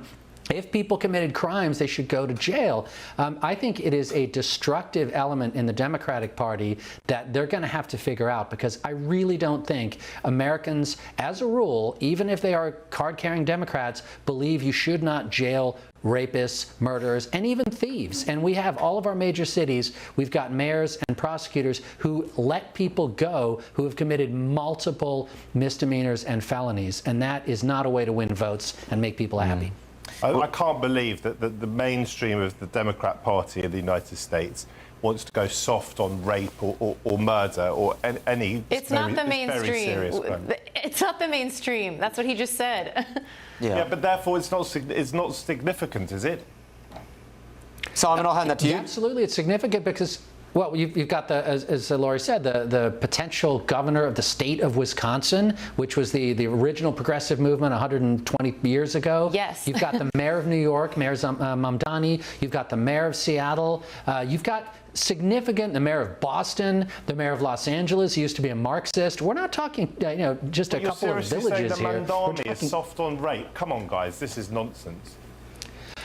I'm not saying that. Sorry, the Mamdani, advocates rape. I'm saying he's soft on crime. He and his administration do not believe in the carceral state. They would do anything rather than lock people up. Restorative justice, kumbaya circles. It is a destructive force. If Mamdani was sitting here today, and I'm sure all of the other people that you've mentioned as well, if you were trying to sow the seeds of doubt in the minds of American people that these politicians wouldn't want rapists to be locked up. I mean, you've already made loose comments about migrants in Bournemouth. You've got to be more responsible with the language that you use, in my view. I don't think there was loose with regards to Bournemouth and Brighton. It's very interesting because Simon sits, 2,000, 3,000, 4,000 miles away, but still has access to the internet, remarkably. Reading propaganda, yeah. But it's not propaganda, is it? The idea that there were 3 rapes on Brighton Beach in 1 week, just a couple of weeks ago, true. The fact that there were a number of rapes on Bournemouth Beach, true. All in the last 12 months, true. So it's not hyperbole, it's just highlighting a really worrying statistic. There's a difference between pointing to facts, pointing to pointing to individual incidents, horrific incidents, and start labelling migrants as disproportionately responsible for rape without any facts behind it. On Mamdani, when he was asked when asked whether prisons are obsolete, Mamdani said, "I think, frankly, what purpose do they serve? I think we have to ask ourselves that." We should get him on the show. Yeah, he does not want to get pinned down. Not a natural GB News viewer, I don't think. But yeah, well, if you are watching, Zoran, you have an open invitation, mate. Simon, go on. No, I was going to say, you just have to listen to what they say. Hong and Mamdani, the mayor of Seattle escapes me for the time being, but these are the Democratic Socialists of America. If you look at their platform that they voted on a couple weeks back, they seriously do want to abolish the carceral state. They want to abolish the criminal justice system. So that would include, I'm sorry, it would include rapists and murderers. I'm not saying that the mainstream of the Democratic Party, and Laurie can speak to this, believes that, shares that position, but they are pushing that for a second, but it would be crackers. If that were the case, it would be crackers, but I don't believe it for a second. Well, I should, in the interest of fairness, I should put out that Francesca Hong has actually said that she's reversed her position on defunding and abolishing the police, saying in the police specifically, saying in a recent podcast she's become serious about public safety. Well, that's wonderful. I'll leave it to smart move. I'll leave it to our audience to work out. Lord. I will leave it to the audience to assess the sincerity of that comment. Still, a Ministry of Justice spokesperson has said the death of PC Harper was a horrific crime. Our thoughts are with his family and friends, and we share the anger from the police community that we are in this position. Thanks to the tireless campaigning by Andrew's family, Harper's Law means that anyone convicted of killing an emergency worker whilst committing a crime now gets a mandatory life sentence. This government has gone further by introducing a presumption that anyone convicted of murdering a police, prison or probation officer is handed a whole life order. We have been clear that we wanted to go further and block more offenders from getting out sooner into their sentence, but could not do so without risking prisons reaching capacity and collapsing. If that happened, police could not make arrests, court could not remand offenders, and there would be unchecked criminality on our streets. Okay. Moving on, Education Secretary Lucy Powell has vowed to answer the clarion call of the NEETs crisis, as more than 50,000 teenagers will not be receiving exam results this week. The Department for Education estimates that nearly 58,000 18-year-olds in England will get no results this week because they've dropped out of education and training, although some are in employment. And earlier this year, it was revealed over 1 million 16 to 24-year-olds across the UK are not in work, education or training, the highest level since 2013, and that's a staggering statistic. So just how does the government get a grip on this crisis? With me now is political commentator, friend of the show, Jess Kane. Jess, I imagine you're in that 18 to 24 age bracket. What do you make of these words, of this analysis? Wow. I am 25, so I am just out of the age bracket, but I do sympathise. I quit my job to go travelling in October, and I really struggled to get a job when I came back. I've never known to struggle for a job at all, ever in my life. And a few of my girlfriends as well from university have also struggled to get work, and they have all got degrees actually, but there are no jobs around. I really feel for students who are finishing sixth form and are thinking, do I even bother going on to university? I do think Lucy Powell is right about one thing, that we've treated university as this gold standard and everything else as second best. When we do have 1 million people not earning or learning, but what is this government really going to do to fix this? Because early intervention surely should be starting to work, but there is nothing there. There are no jobs straight out of school. You can't even get a job at your local Tesco's. It's ridiculous. Well, Jess, for starters, I'm very glad that I guessed unders on your age as opposed to overs, which have been hugely embarrassing on national television. But more importantly, where does the benefit story play in here? Because it's arguably never been easier to get on benefits in this country. I completely concede, particularly when you think about things like AI, which are hoovering up graduate jobs, as well as the fact that the economy is stagnant, which means that it is a stagnant jobs market. They're going to be big factors. At the same time, how much of this comes down to kids who would just rather sit on benefits as opposed to actually going out and working hard? Well, I do think laziness does sadly play into this massively, because people don't feel inspired to get a job. They don't know what to do. They don't know whether to bother to go to university, because they know that once they finish university, they're going to be lumbered with £70,000 of debt and no job career. So I don't actually blame people for being lazy, but we're not particularly encouraging people to become plumbers, to become carers, builders, or even to become coders. That's what we should really be encouraging now, with AI now starting to take over. We need to be encouraging more young people to go into STEM, and they'll actually go into decent money and not be left on the dole. You know, I'd rather see a young lad on a site learning a trade than sat at home on universal credit. And in fairness to Andy Burnham, he has come out recently and said, look, we need to end this worldview that if you don't go to university, you are somehow a failure. He does want to see more people go into the trades and become apprentices. Do you give him credit on that front? I do actually, because I completely hold that position myself. I do think one of the worst things that ever happened to this country was Tony Blair making it so that everyone could go to university at the cost of, £3,000 at the time. It was one of the biggest mistakes that he could have ever made, because look at the position that this country is in now. I do think, to be fair to Andy Burnham, this is one thing that I do agree with him on, but we will see how far he gets with his plans before anything starts to go wrong. And I don't know if you saw, but there was a advisory paper that came out earlier in the week which suggested that the government should be looking at schools, and particularly, kids, 4 to 6-year-old kids, for early signs that they may actually be at risk of unemployment later in life. Did you see that, and do you think there's any merit in that sort of proposal? I think that's a load of tosh, to be honest. I did not do very well in school because I was so naughty. And it's crazy because I finished my GCSEs with phenomenal grades. I finished university with first-class honours and I got a master's degree. But if you knew me at 4 or 6 years old when I was running around being a little terror, there's no way you would have thought I would have gone on to do well in academia. So I think that's a load of nonsense. Jess, any funny detention stories? Oh, gosh.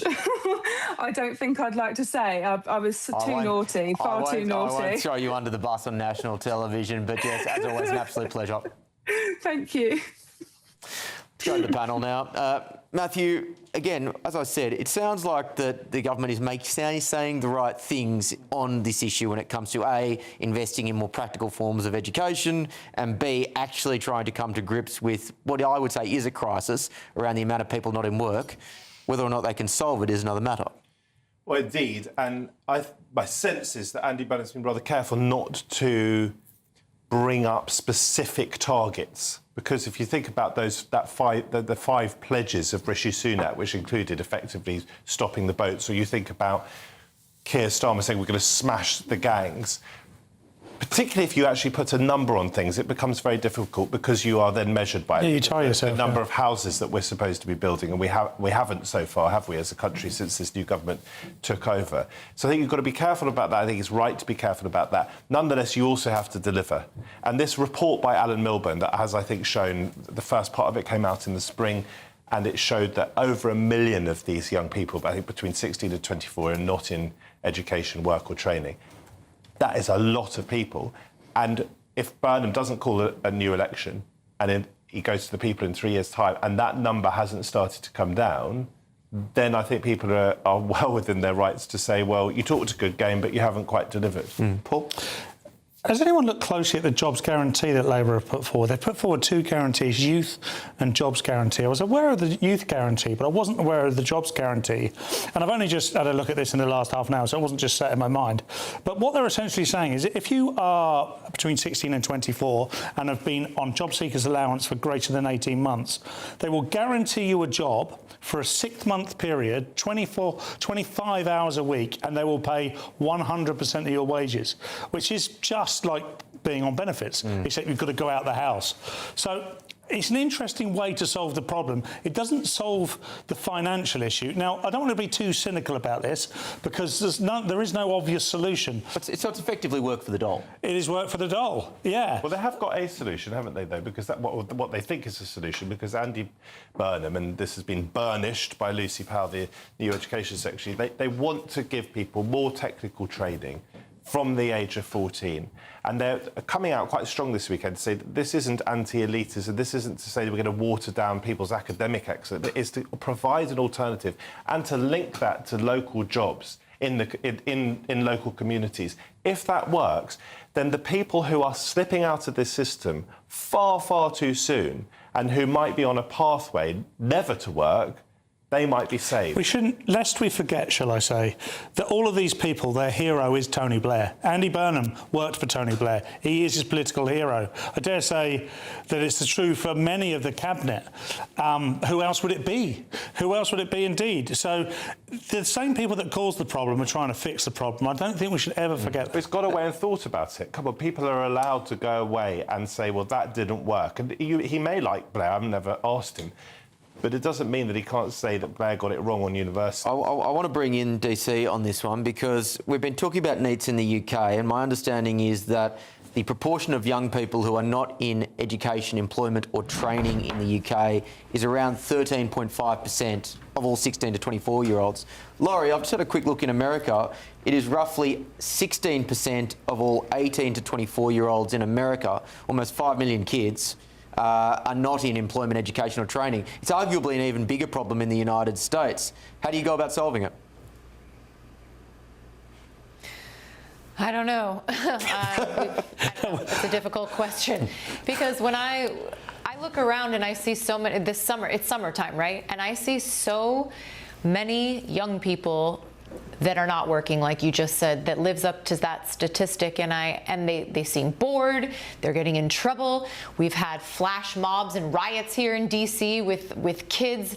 They're like between 13 and 15 years old, and you're wondering, like, where are their parents? Why aren't they doing something productive? I had like 2 or 3 jobs and I loved them. I loved going to them. I was able to be financially free, buy my own car. My parents didn't buy me squat like that. Every single thing that I had, I earned it myself. I started babysitting when I was 10 years old and had thousands of dollars by the time I went to high school. How old were the kids you were babysitting? I also contributed to my education. Babysitting 16-year-olds. Strict. Maybe my parents were strict, I don't know, but I also see parents making excuses for kids of, well, that's too hard, or, well, that's not enough money, so that's a waste of time, or they won't learn that much, it's only a temporary job. And I just think that that kind of mindset is very closed and it's not open. And if parents are talking to their kids or nurturing them like that, then that's part of the problem too. But being trained to not just have to go to college, the world is changing, the economy, the industries are changing, and I think that we need to pay more attention to that. Yeah, Simon, to provide some more colour in the United States, if you look at this and you cut it by different variables, unsurprisingly, rural areas experience higher disconnection rates. Again, sadly, probably unsurprisingly, young black adults and individuals from low-income households are disproportionately affected when it comes to the NEETs crisis, and young men as well increasingly are disproportionately affected. You know, is there a risk here in the United States that we are going to lose a generation of young people? Yeah, it's more than a risk. In the 1960s, there were about 7% of men of working age, so let's say 18 to 60, out of the workforce. Now it's 25%. I'm talking about those with a high school diploma only. Why is that? Well, there's a lot of blame to go around. I mean, it is partly societal, it's partly that industry has changed, and our schools. If you look at the national report that comes out every year of educational progress that ranks, whether kids can read or write. It's something like 11% of kids pass the U.S. history test, like they can have basic understanding of U.S. history. Under 50% of kids in New York are literate. They can read and write at grade level. That's our biggest city, New York City. So we are not training the workforce, and there's all kinds of political reasons. I go into boring detail in my book, and many others have talked about it, why it's not happening. We also have a problem, and I'll bang my drum on immigration, where we are importing people on H-1B, so-called skilled worker visas, who are directly competing with American graduates, which is why we have a graduate unemployment rate that's actually higher than the national rate. It's like 7% versus 4 or 5%. And then companies are able to hire foreign students at about a 15% discount under this optional practical training program, about 300,000 of those a year. So there are lots of things that can be done legislatively, culturally, carrots and sticks. Again, going back to Bill Clinton, what he did in the 90s, make it harder to be taking the dole and a NEET, but also easier and more valuable. Give people money to go work and encourage them. Yeah, well, something has to be done on this because it's obviously a crisis in both countries. Still ahead on The Late Show Live. The ayes to the right, 314. The noes to the left, 291. That was the assisted dying bill passing in the Commons, but new research has revealed debates on assisted dying in the House of Lords may cost the taxpayer more than £1.7 million in payments to peers. Is this a waste of money or a sign that the upper house is actually doing its job? This is The Late Show Live, only on GB News.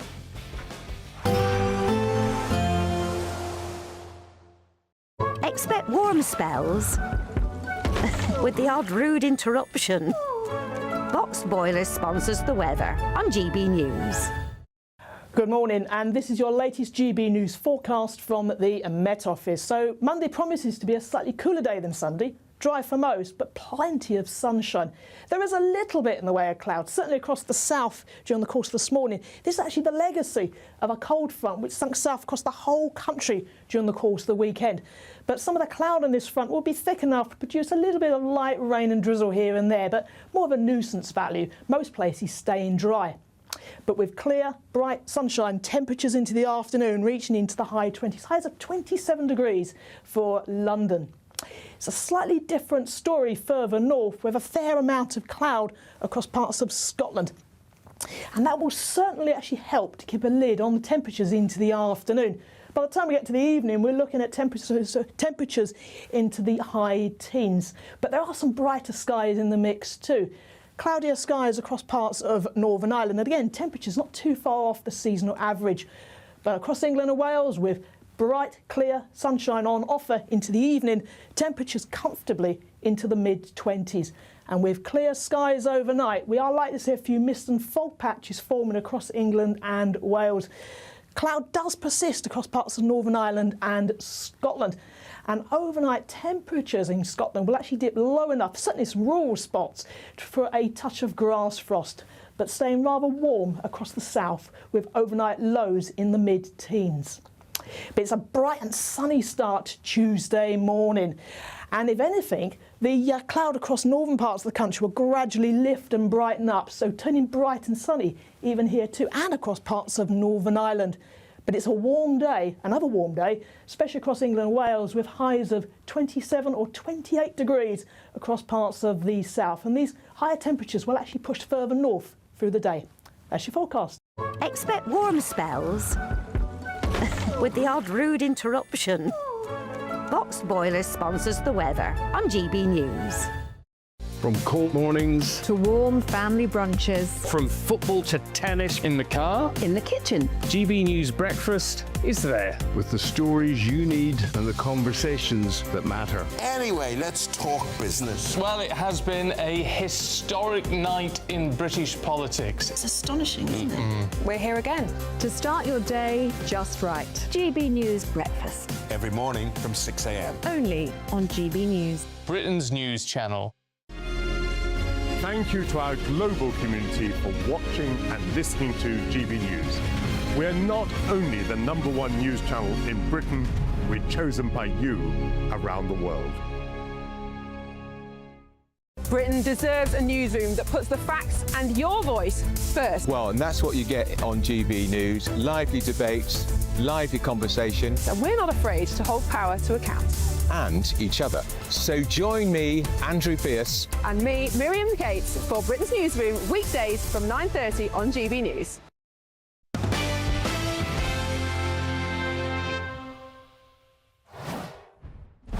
Welcome back to The Late Show Live. New research has revealed debates on assisted dying in the House of Lords may have cost the taxpayer more than £1.7 million in payments to peers. A total of £1.3 million has already been paid out, according to statistics provided by the House of Lords.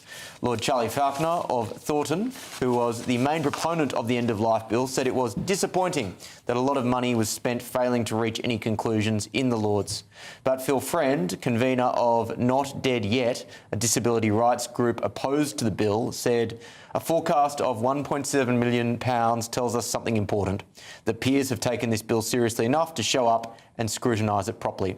That is exactly what Parliament is for. The bill is returning in September with some of the most fundamental questions still unresolved, around coercion, around safeguards in a health system under enormous strain, and around what choice actually means for people who already feel like a burden. For disabled and terminally ill people, the cost of getting this wrong is not measured in pounds, it is measured in lives. Risk of editorialising, I think that's a very powerful quote. Is the size of this bill for the taxpayer a waste of money, or evidence that the House of Lords are doing their job scrutinising important legislation? With me now, former Liberal Democrat councillor, friend of the show, Matthew Holbert. Matthew, pleasure to see you as always. Where do you stand on this?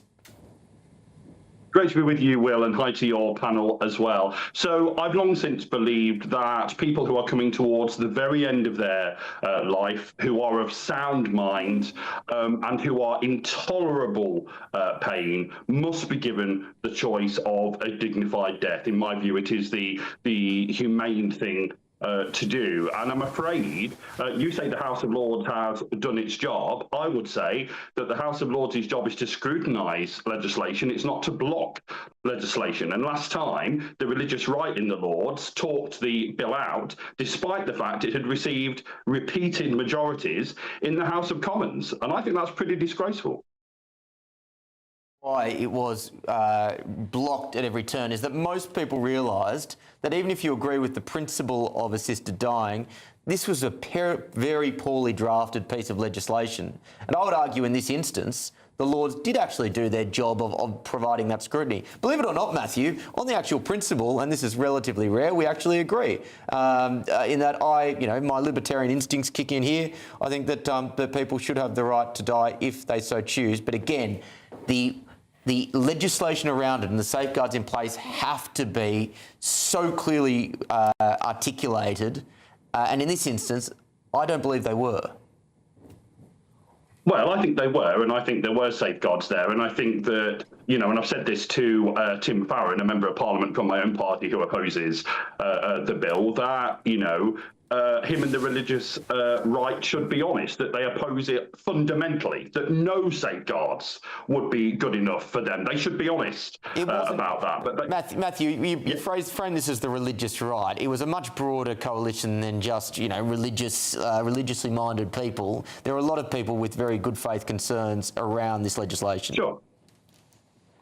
Sure, there were, and of course there should be concerns about something as fundamental as this. But I go back to my original point that people who are in tolerable pain, who know their own mind, who are of sound mind, and who are coming towards the very end of their life must have that choice. And I know people don't like it when supporters of assisted dying raise this point, but I am going to raise it. We wouldn't accept it for our pets. Now, human beings are not pets, of course, they're human beings, but pets are sentient beings, and we wouldn't allow such suffering for them. We think the humane thing was to have their lives peacefully ended, and I think that choice must be there for human beings. Matthew, I'm going to accept that example, I think, in the spirit it was intended, but you could see how a less charitable interviewer than me would be able to say you're surely not making an analogy between the death of an animal and the death of a human being.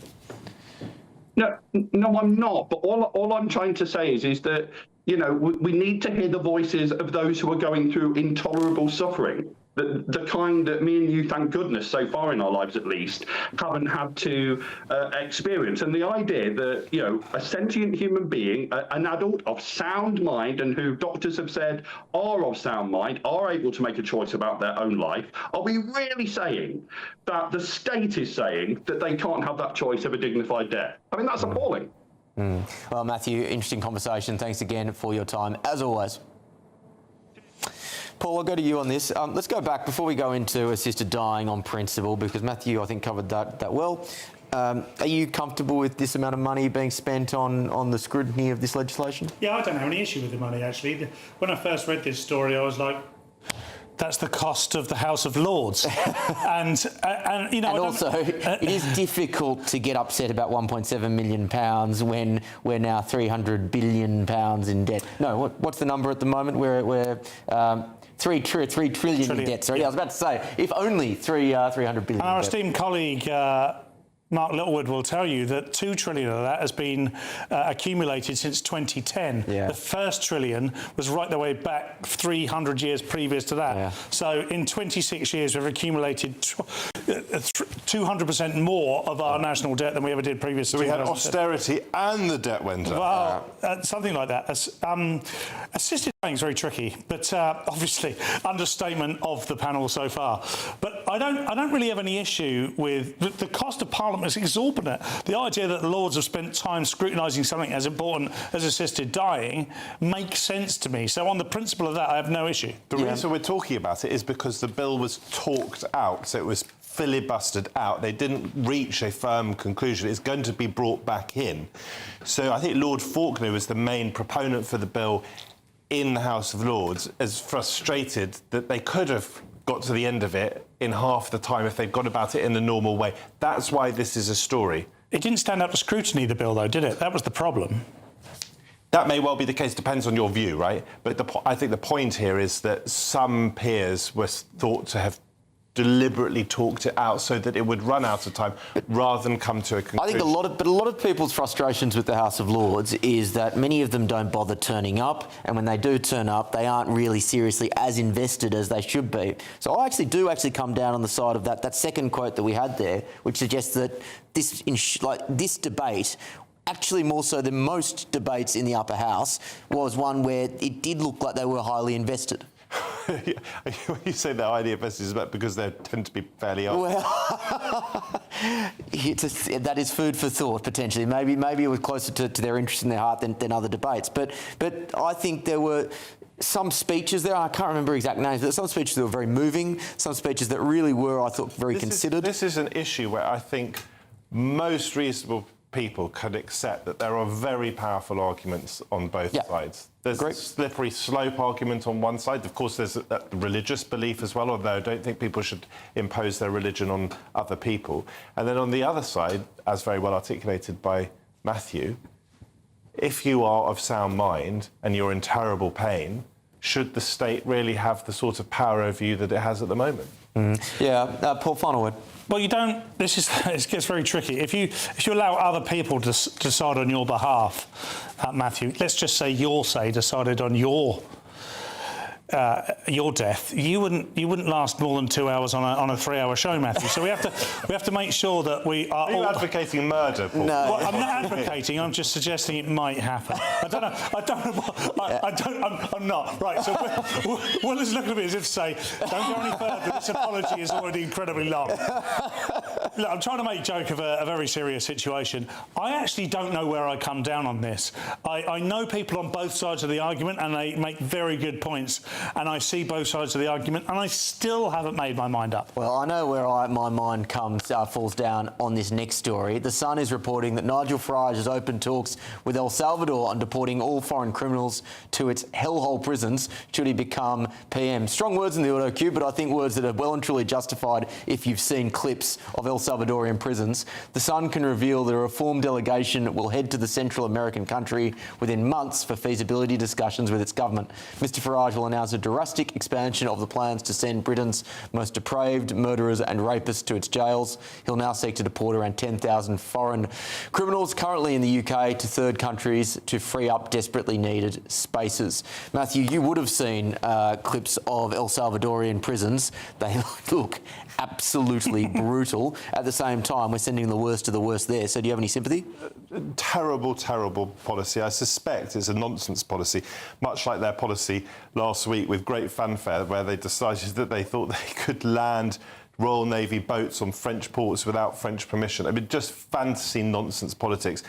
But if we are to take this seriously, the idea that our worst offenders would go to El Salvador and no. First of all, you should serve your time in this country. If I were the victim or my family were the victim of terrible crimes, I'd want to know that they were serving their time in my country, in the jurisdiction where they committed these abominations. Why? Because then we have control over it and it is our responsibility. But also, I am not someone, I'm sure there may be some viewers who very strongly disagree with me, I'm not someone who believes in the death penalty, not for religious reasons, although I would use the word sacred about life. And I'm not someone who believes in torture. I'm not someone who believes in inhumane treatment. I absolutely believe in law and order. I absolutely believe in prison. I absolutely believe in the punitive element of prison. But I don't want people to be sent to some hellhole in a foreign country. These criminals are our responsibility. They should face tough sentences, but not inhumane treatment. Simon, I'll go to you in DC, if I may, because Bukele in El Salvador has been incredibly successful in locking up gang members in that country, and as a result, his approval ratings, the last time I saw, almost Kim Jong-un levels. They're 95+%, except they are, to my knowledge, legitimate. What do you make of this proposal? Look, the main thing is when people are in a country illegally and they commit a crime, not only should they serve their time, and I kind of think it does make sense for them to serve it in the country where they committed the crime, but honestly, it doesn't make much difference to me if you could do it cheaper and easier somewhere else. But they have to go home again because, as I said earlier, most criminals reoffend, particularly violent criminals. There's really a small number of people that commit, a lot of the crimes. They need to go back where they belong so that they can be a risk to people in their communities who know how to deal with them, and not a risk to British or American communities. But the detention point, I think, is an important conversation, but it is slightly separate to this. On the principle of sending foreign criminals who have committed crimes in the UK to a prison where you may have 50 men all just lumped into one really cramped cell block, as I've seen in those clips, on principle, is that something that the United Kingdom government should be endorsing? Well, I don't know which prison exactly they would send them to. If you're talking about the CCOT, the one where they send the violent gang members, they may have other facilities, other prisons in mind, in the way that Laura is referring to private prisons that we have in the United States. We have private companies that run prisons. That's a whole different debate. I think it is pretty embryonic, the conversations at the moment. Well, if you have to release people who are violent and possible reoffenders, I would say, yeah, let's get 10,000 foreign criminals out so that you have room to put others in, and you've got more coming in every week. It could be El Salvador, could be Rwanda, could be anywhere. Laurie, would you be comfortable with foreign nationals who have committed crimes in the United States being sent to El Salvadorian prisons?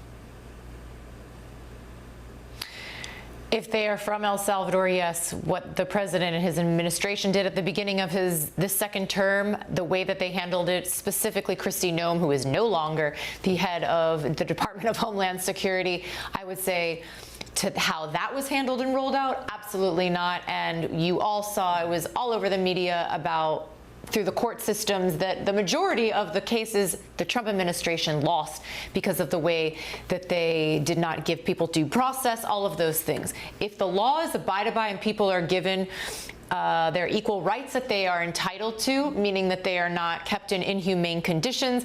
You're talking about 50 people in a cramped place. I would not say that that's humane. The fact that they are getting food, that they are getting medical attention if they need it, medication. There's people here in the United States that are not receiving that in ICE detention and are dying because they are not receiving those kinds of services that they absolutely are entitled to as human beings here in the United States based on our laws. That I would be in favor of moving forward with if those conditions were met. But anything less than that, no. It'll be interesting to see how the UK public responds to this. My sense is it may well be very popular. More coming up in the next hour, including this. Brexit has been damaging, but I also believe the last thing we should do right now is rerun those arguments. Andy Burnham has reportedly been presented with a new post-Brexit proposal to rejoin the EU's single market. Here we go again. Does this make economic sense, or would it be perceived as an insult to the over 17 million people who voted Brexit a decade ago? This is The Late Show Live, only on GB News.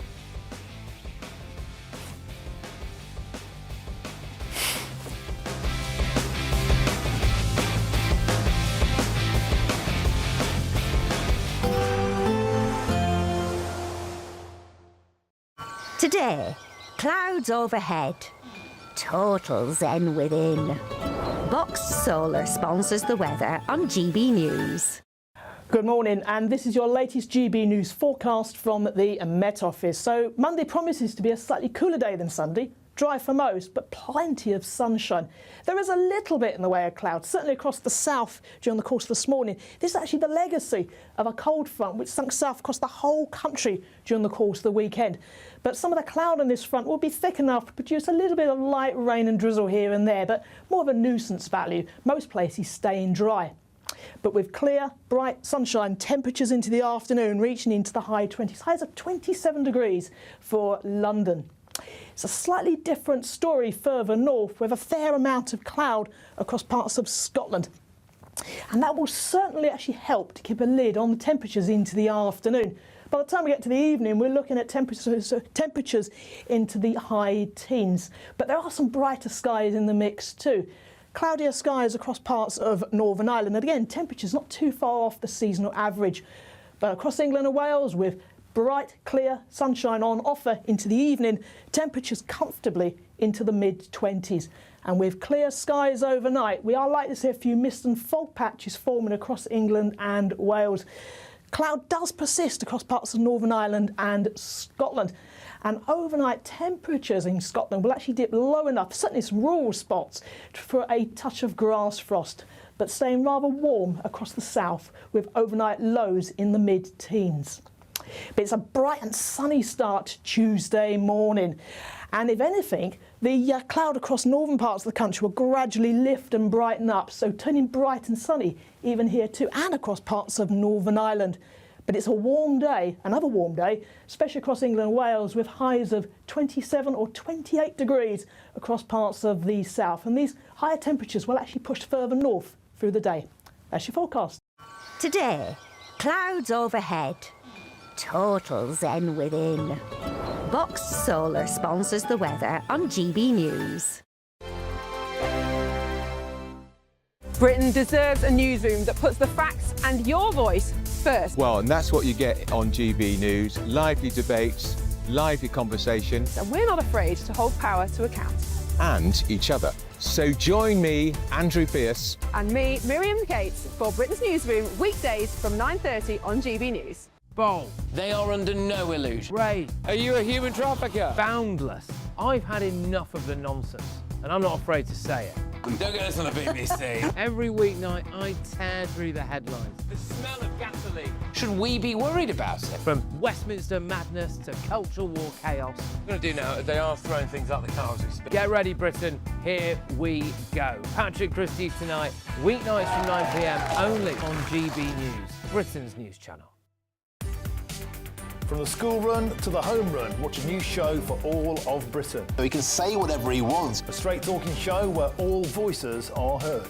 And, you know, when are we going to stop talking about smashing the gangs and actually do it? With the stories that matter from every part of our country. There's a bit of a crash landing there for your Chancellor. Bold, fearless and standing up for you. That's me, Martin Daubney, 3 p.m. till 6 p.m, weekdays, here only on GB News. The People's Channel, Britain's news channel.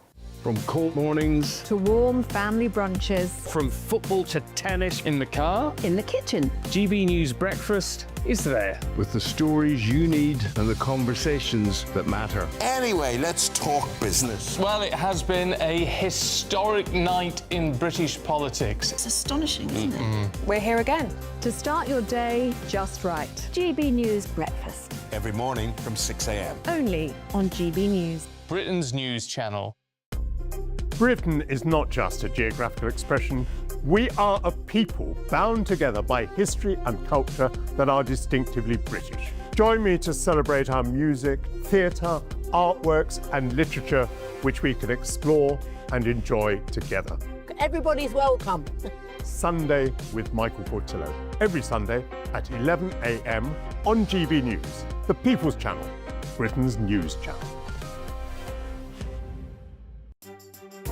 Some people enjoy lazy Sunday mornings, but not me. What's the truth of the matter? So that's a very live question. Would you support him if he waters down these plans? Before the spin sets in, I'll be getting to the truth. This is personal. No soft questions, no easy answers. It's one thing if the state has rules in this country. It's another thing whether the police and others actually police them. Setting the agenda and holding those in power to account. You can't really blame her if the system is set up this way. You will not want to miss it, trust me.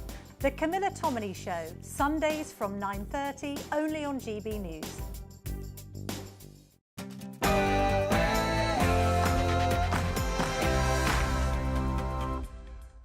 Live from London, England, this is GB News with the stories shaping Britain and America. Coming up.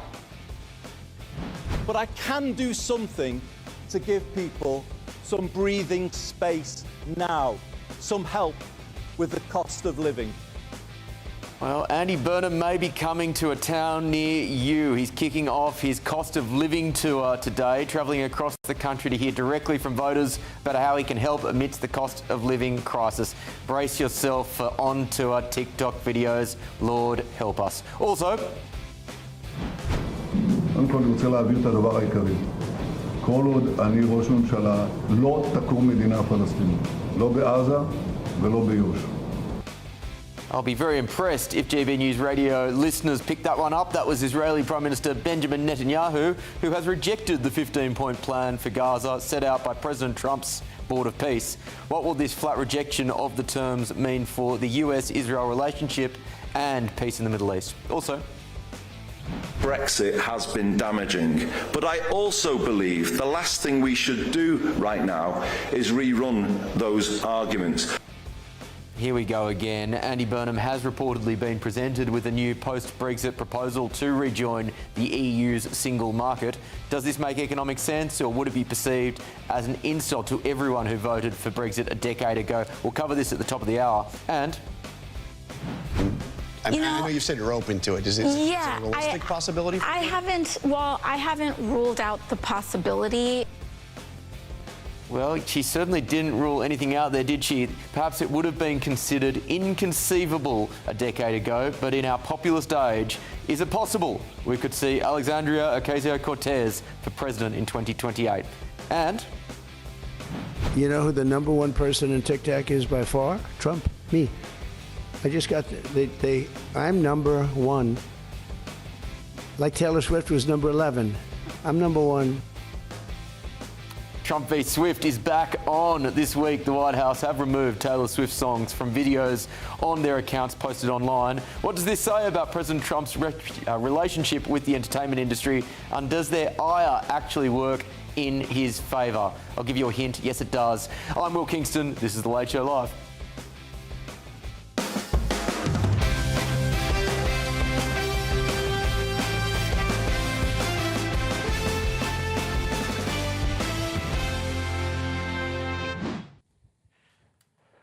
Welcome back to The Late Show Live, ladies and gentlemen. Thank you very much for joining me for a third and final hour. And thank you once again to my panel in London, political commentator Matthew Stadlin and GB News contributor Paul Cox. In Washington, we have Senior Research Fellow at the Heritage Foundation, Simon Hankinson, and former Obama Policy Advisor, Laurie Watkins.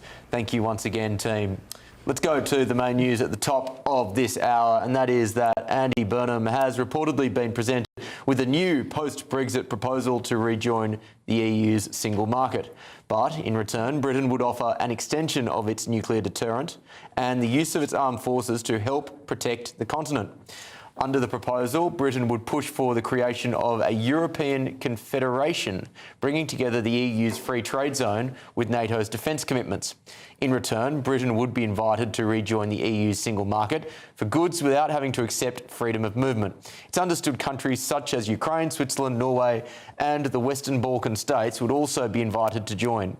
So would this be a bold, multilateral policy in an unsafe world, or would it risk being a betrayal to over 17 million people who voted for Brexit? Paul, I'll start with you. What was that? That was the European Confederation. It does sound slightly ominous in its terms, but at the same time, and I'm dramatically oversimplifying, if you had a European Union but without freedom of movement, that may satisfy a lot of people. Potentially, yes, because there is some advantage to trading. There's no two ways about that. Unfortunately, though, that wouldn't be the case, would it? Because the EU wouldn't want to stop there. That's the type of EU. Was it the EEC it was called originally, Matthew? You and I are a similar age. That's the sort of thing... Precursor to the European Union. Yes. Yeah. That's the sort of thing it would have been initially. But now, of course, it's a massive power block. This isn't just a parliament that sits in Brussels helping make policy decisions across Europe. This is a big controlling power block. And one of the things we've seen since Brexit, undoubtedly, that doesn't seem to be talked about a great deal, and maybe it does on this channel, is the vengeance and vitriol by which the European Union now treat Great Britain. Well, there's a big surprise. Well, exactly. The point is, though, if it was that big a sell, if it was that great and that important, they wouldn't need to react in that way, because nobody would want to leave, and they're only doing it to keep other people in, because there are other... I mean, Poland would leave tomorrow. I'm sure Hungary would leave. I mean, Poland's probably the safest country in Europe because it doesn't follow the rules of the EU in the same way Great Britain does. Matthew? I suspect, and I may be completely wrong, that we would not have voted for Brexit in this country if there hadn't been free movement of people. And therefore, if you were to offer the population of Britain access to the single market and all the economic benefits that presumably that would bring, without free movement of people, even though, and I jest because it's obviously a very serious issue from every perspective, but we sort of have free movement across the channel. We replace free movement of people with free movement of the dinghies. But I suspect that I suspect that people would say, yes, please. There might be a bit of suspicion. Are we going back on the Brexit vote? But I want to know a bit more detail about this, because if Ukraine would be invited to join this confederation, and if we were to offer them a nuclear umbrella, and Putin were to strike Ukraine with a tactical nuclear weapon, heaven forbid, does that mean that we are then drawn into a nuclear conflict with Russia? We would be anyway, irrespective of a confederation, because we would be via NATO. No, because Ukraine isn't part of NATO. Yeah, but Putin were to deploy tactical nuclear weapons, we wouldn't necessarily hit the Kremlin with a nuclear weapon ourselves. Well, I just want to know more detail about it, is what I'm saying. Yeah. But on the face of it, the idea for very little pain, assuming we don't have to start getting involved in nuclear war, for very little pain, that we get access to the single market and we don't have free movement of people, it's an interesting idea. Well, I just don't think that... I mean... I don't think it will happen, by the way. I don't think it would happen without this being on a Labour ticket for a general election. Well, it would still be betrayal, and that's the problem. There has been betrayal of Brexit since June 2016. Brexit has been used as a conduit to bash everybody with, especially the people that voted for it. So I think it would be a betrayal. Let's go to reporter at Reason Magazine and friend of the show, Reem Ibrahim. Reem, great to see you once again. What do you make of this proposal? Hi, Will. Great to see you too. I think it's a really interesting proposal. So, of course, it is just a proposal. Andy Burnham has not accepted this as policy. It is not government policy. This is a proposal by former Conservative MP Nick Boles, who, quite frankly, would probably love the idea of having a European army. So I think we've got to think about this in the context of this is coming from a very, very highly strung Remain former Conservative MP who wants a united Europe. This is the kind of person that wants full integration. So when we're looking at what this proposal actually looks like, we're saying 3.5% of GDP on defence spending, and of course this umbrella nuclear deterrent. So saying that including Ukraine, including various other countries in the UK's nuclear umbrella. Now, this is a terrible idea for a number of reasons, and we'll come on to the Brexit reasons in a moment. But if we're just looking at what this proposal looks like for defence, what it is effectively saying is that if Ukraine are in active conflict, we will then have to ensure that Ukraine are in our nuclear umbrella. Now, of course, as we all know, Ukraine is already going under active conflict. Russia has already invaded Ukraine, and therefore, if Russia re-invade Ukraine, whatever that means, then we may have to then use nuclear weapons against Russia. Now, I don't know about you guys, but I do not want the United Kingdom to be entering into nuclear conflict with Russia right now. Of course, I want Ukraine to win the war, but this is not how you do it. We've also got to have a conversation about why the proposal says that this is going to be a NATO-esque proposal, but we already have NATO. So why do we then need this additional European Confederation? Of course, because it is one way to ensure that the UK can join the single market. Now, let's talk about that economic aspect of this. We know that after Brexit, there have been so many levers that we can pull, and we haven't had politicians willing to do so. So yes, absolutely, I think that Brexit has given the United Kingdom so many freedoms, so many abilities, sort of levers to pull, but we haven't had politicians willing to do that. There are so many regulations and restrictions. And of course, remember, the United States is the UK's largest trading partner right now. If we want the UK to trade more with Europe, we can abolish tariffs and quotas today. That's something we can do right now. We don't need to join the European single market to do so. Yeah, and look, I agree with everything you've just said. And then on the optics of this as well, and Paul Cox made this point, it would look like a betrayal to the people who voted for Brexit. I can't imagine Andy Burnham would be this stupid politically, but I may be wrong. I don't think he will adopt this kind of thing. And I think part of the problem is that, well, part of the solution when it comes to Brexit itself is that it's not seen as a success because we left the European Union, but we kept all of its laws. You know, we still have the European Workers' Time Directive. We still have regulations and restrictions that the European Union have imposed on us, and we've just accepted them. We still have so many European laws that make us less competitive. And crucially, we are now, after Brexit, copying terrible legislation that the European Union enact and copying them and putting them into Parliament. So we are no freer after Brexit. But the reason for that is that we've decided and we've discovered that actually, yes, Brussels were extraordinarily bureaucratic and wanted to impose lots of regulations on us that we did not want. But we have also discovered that our own politicians lack the backbone to remove them. Reem, once again, I largely agree with you, but to play devil's advocate, you would have heard the argument from leftists that, well, the problem isn't necessarily communism, the problem is it just hasn't been done correctly yet. When are we at risk of saying, well, the problem isn't necessarily, or the problem isn't necessarily Brexit, the problem is it just hasn't been done correctly yet? Are we increasingly starting to sound a bit like those lefties who try and defend the indefensible? Of course, when communists say we haven't had real communism, we can point to real life examples of how awful communism is.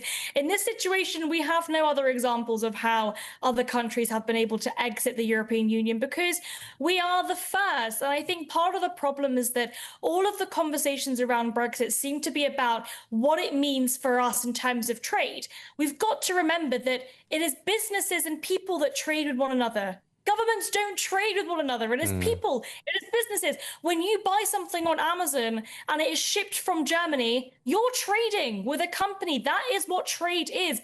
And so if the British government really do want to trade more with Europe, what we should do is pull down those trade barriers. We don't need to negotiate a special trade agreement. We don't need to enter the European single market and have to be beholden to all of those awful regulations that make us poorer. No, if we want to trade with Europe more, all we have to do is get out of our own way. Well said. Reem, great to chat as always. Thank you very much. Let's go to the panel. I'll start in DC, actually, and Simon, I'll go to you.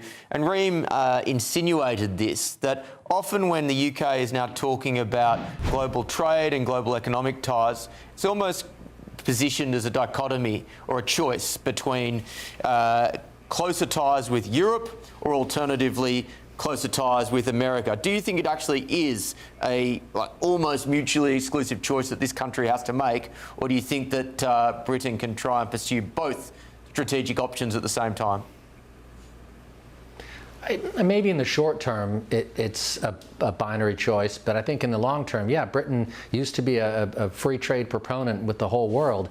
And I remember, I wasn't alive, but the European coal and steel community, it was pretty basic back then, and then it expanded to the EEC, and now they're telling you how to make sausages and whether or not you can deport people. So I think, most Brits were okay with the European Union when it was about trade, which was about making everybody richer and lowering barriers.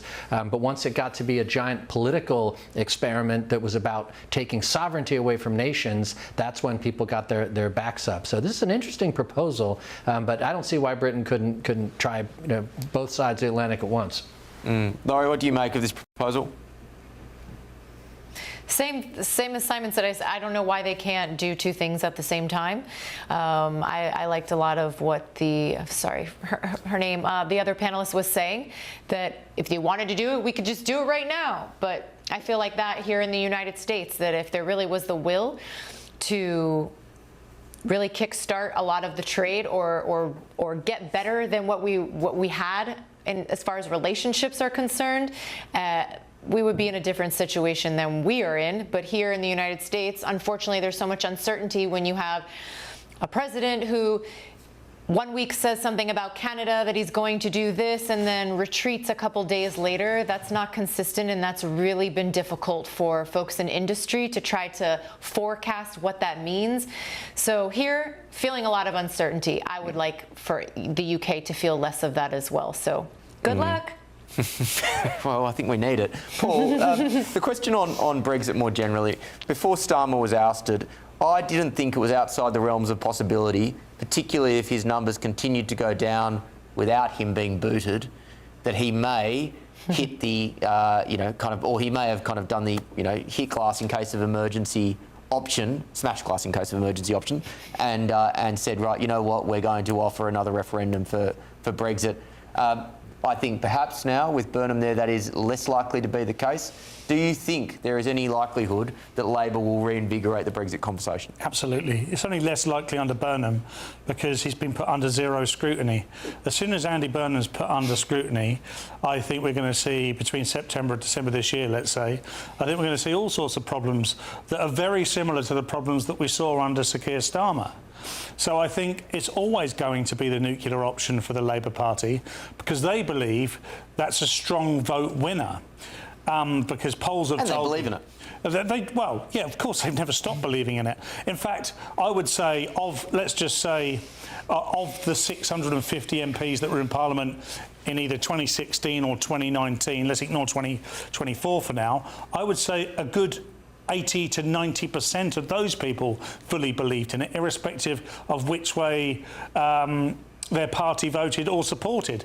We clearly know that Boris didn't support Brexit. Boris panicked. We got the Boris wave because he panicked in the sense that he thought the labour market was going to be absolutely obliterated by the fact that a lot of the Eastern Europeans and Polish people were going back home, so we needed to get people into the market. It wasn't true. It's a panic that's actually left us in a huge The Boris wave is just a sort of largely a myth of the online right, and actually, if you look at the people who came, they came in very large numbers for a brief period, and that's absolutely something that should be scrutinised.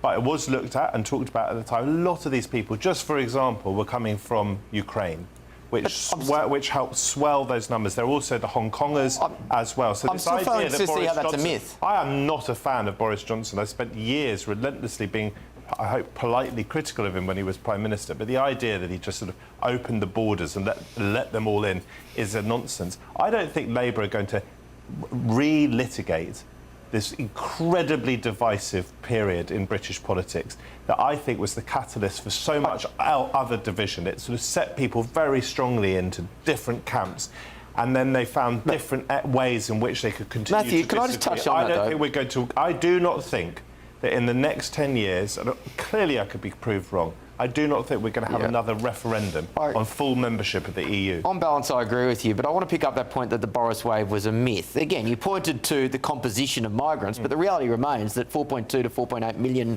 arrivals turned up between... Boris Johnson was ideologically in favour of open borders, so-called. He was a bohemian liberal. Not true. Of course he was. Get him on the show now, and I can tell you, I cannot believe I'm fighting his corner. Get him on the show now, and he will push back very strongly indeed. Of course he would. It's his legacy that's at risk. And in fact, that's the one thing, I mean, other than fathering, 90% of North London, that he's criticised for, because he did betray Brexit, and he did open the border, however briefly, for a huge amount. Over to Will for an apology. I'm glad you said that. Ladies and gentlemen, I am sure that Boris Johnson would dispute that he has fathered 90% of North London. Please don't sue us. Boris, a government source has told The Telegraph that proposals were being drawn up for how UK-EU cooperation could be deepened. These proposals will be discussed at a leaders' summit being planned for October after the party conference season. Moving on now, the US midterms are just a few months away, and while the White House race is still some way off, speculation is already mounting over who will be in the running for America's top job. Well, one person certainly isn't ruling it out. Of course, Congresswoman Alexandria Ocasio-Cortez, better known as AOC. Here she is on your screen in a tax-the-rich dress at the exclusive Met Gala in 2021 that is famously dripping in wealth. Since her rise to prominence, she has become a hate figure for the right, almost the archetype of your far-left socialist. In the past, she's been in favour of defunding the police, abolishing ICE, and a vocal supporter of trans rights. Here she was earlier today. We're almost out of time to get to your future. I'm sure you saw the poll in New Hampshire that had you as the leading candidate, leading choice for Democrats. First, are you going to run for president? I mean, I'm focused on winning the midterms. I'm running for Congress right now. But I mean, do you see this as something? I know you said you're open to it. Is it a realistic possibility for you? I haven't ruled out the possibility, and I'm very humbled to the tremendous amount of support out there. I think that we have a responsibility to remain focused on the midterms and not on our individual aspirations or plans. And running for Senate against Chuck Schumer, is that also something that's possible? I mean, I think that anything is possible at this juncture. Maybe a decade ago, this would have been considered outlandish that a figure like the woman, I should say, from New York could mount a bid for the presidency. But in our populist age, could we possibly see AOC for 2028? Let's get the take of friend of the show, Democratic strategist Mally Smith. Mally, great to see you. To that earlier point, the momentum appears to be with the more populist, aggressive left wing of the Democratic Party. Is this a realistic possibility? Well, let me say this. 2028 hasn't happened yet, and I'm already tired of the inter-Democratic debates about it. It'll be interesting to see because everyone and their mother on the Democratic side is going to run for president because it's wide open. Will, I think you're right in that there is a lot of energy on the progressive left. There's a lot of energy with folks who can channel a populist message. AOC has shown that she can do that. I still think she would have an uphill battle, though, because even though there is that energy, we saw that same energy in 2020, and you had a lot of candidates or flavors of the month where Senator Warren would jump up in the polls, and then Senator Sanders had a lead in the polls. But eventually, Democratic voters prioritized winning, and that led them to Joe Biden because the polls consistently showed Joe Biden did the best against Trump in the general election, and he was seen as a steady voice. I wonder if we'll see that similar dynamic in 2028, where you'll have some progressive flavors of the month where people are like, I like this person, I like that person, but is there a candidate who seems like they're more able to beat J.D. Vance or Rubio, and Democrats flock to that person? And whatever you might think of their politics, Rubio and J.D. Vance are both very intelligent and I would argue very competent politicians. You said the race on the Democratic side was wide open. Some people would argue that because the Democrats have been run by gerontocracy now for so long, perhaps the bench isn't as deep as you would like. Do you actually see any candidates who excite you? There's a few. I think Senator Ossoff from Georgia is a compelling candidate. He does a great job of intertwining a message about the Trump administration's corruption and talking about the economy we would like to see, a more fair economy. I think Wes Moore is compelling. He's the governor of Maryland. And there are a host of other candidates like Mayor Pete or Secretary Pete Buttigieg, who I think is a compelling communicator. But we are going to see a lot of candidates. And I think that's a good thing because the times we've had big primaries and we've had a vigorous debate, if you think in 2008 with Hillary, Obama, and then the North Carolina Senator John Edwards, and then 2020, you had Biden, Bernie, Warren, Mayor Bloomberg, a host of people. We won those elections. It was messy. People thought, oh, some of Hillary's supporters won't support Obama. With Biden, it was messy, and people thought that some Sanders folks or Warren folks might sit things out because he was too moderate, and that didn't happen. What happened was the candidates themselves had to road test their message, and it forced them to be better candidates. The times we've had candidates that didn't have as competitive of a primary, Hillary Clinton in 2016, Bernie challenged her, but it wasn't like anything in 2020 or 2008, or with Kamala getting the nominee because Biden dropped out, we lost. So I think a messier process where we get a lot of voices and people duke it out is better. Yeah, I agree. If AOC doesn't end up running for president in 2028, what do you see in her future? I really think she could run for Senate, and not just the idea of her challenging minority leader Chuck Schumer. Chuck Schumer's old, so let's be clear, he could retire, so it could be an open seat, and if she decides to run for that, she would be the clear favorite. AOC has a few strengths. She is a prolific fundraiser. She's one of the top fundraisers in the Democratic Party, and it's small dollar donations, so just people just donate to her because they like her. She's good at digital media and is able to get attention on Twitter and Instagram. I think the key for her in either a New York race or for president is that electability question. Well, it's showing, look, people really like you on the Democratic base. but can you translate that to a wider audience? And that will be what she would need to show if she ran for president. Time will tell. Mally, always a pleasure. Thanks for joining us. Thank you. Let's go to the panel now. I'll start in DC and I'll go to you, Laurie. Laurie, I said in that interview that I don't believe that the Democratic bench is particularly deep. Do you agree? Absolutely. And a lot of the folks that Molly was talking about, I would say Jon Ossoff in Georgia, he is blowing my socks off right now. The way that he is able to communicate, the way that he is able to build a coalition since he's been there. We have seen record number of Republicans from the state of Georgia that have come out to endorse him simply because he can be gotten on the phone. They can pick up the phone, they can call him and say, hey, I need your help. Can you help me? And his staff is going to do that. Constituent services, I will just point out here, this is absolutely how incumbents can win or lose elections.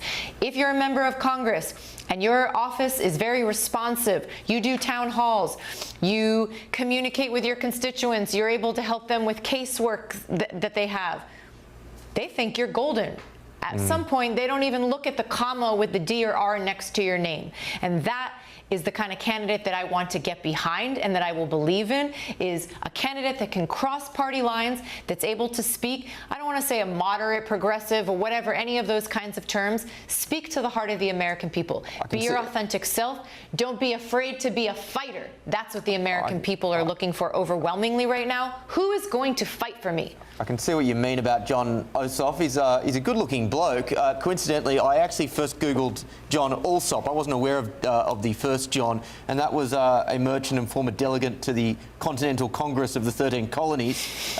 Not as good-looking a bloke. So I got slightly cross wires there. Matthew, you wanted to I think this is fascinating, and my instinct from afar, looking across the Atlantic, is that the Democratic bench is worryingly weak at the moment. And you just thought, given the disastrous showing in the last election with Kamala Harris, that they'd have started to get their act together. In America, you don't really have a leader of the opposition in the same way as we do here, and that's part of the problem, I think, in the fight back against Trump, although he seems to be immensely unpopular. I'm fascinated by the fact that Ossoff is only 39 years old. I mean, America's been run by a gerontocracy for a while now. AOC is only 36 years old. It would be astonishing if either of those became president. I'm not surprised to discover that Gavin Newsom is the favourite, at least according to this betting website, and I'm not a betting man. And my instinct from afar would be that he surely is in the best position to challenge whoever it is who's the Republican nominee in a couple of years' time. But you guys have got to get your act together, because the stakes are so unbelievably high at the moment, and you made such a mess of it last time. Simon, I'll bring you on this before going back to Laurie. Well, the stakes are always high. Look, I taught U.S. history. Every election's important. It's always, the last one before the country slides into tyranny or anarchy or communism or whatever. What strikes me is we kind of skipped out the Generation X. My generation, we're going straight from Chuck Schumer, who's like 104. Now I think he's 80. And we're going straight to Mamdani, who's 32, and AOC, who's 36.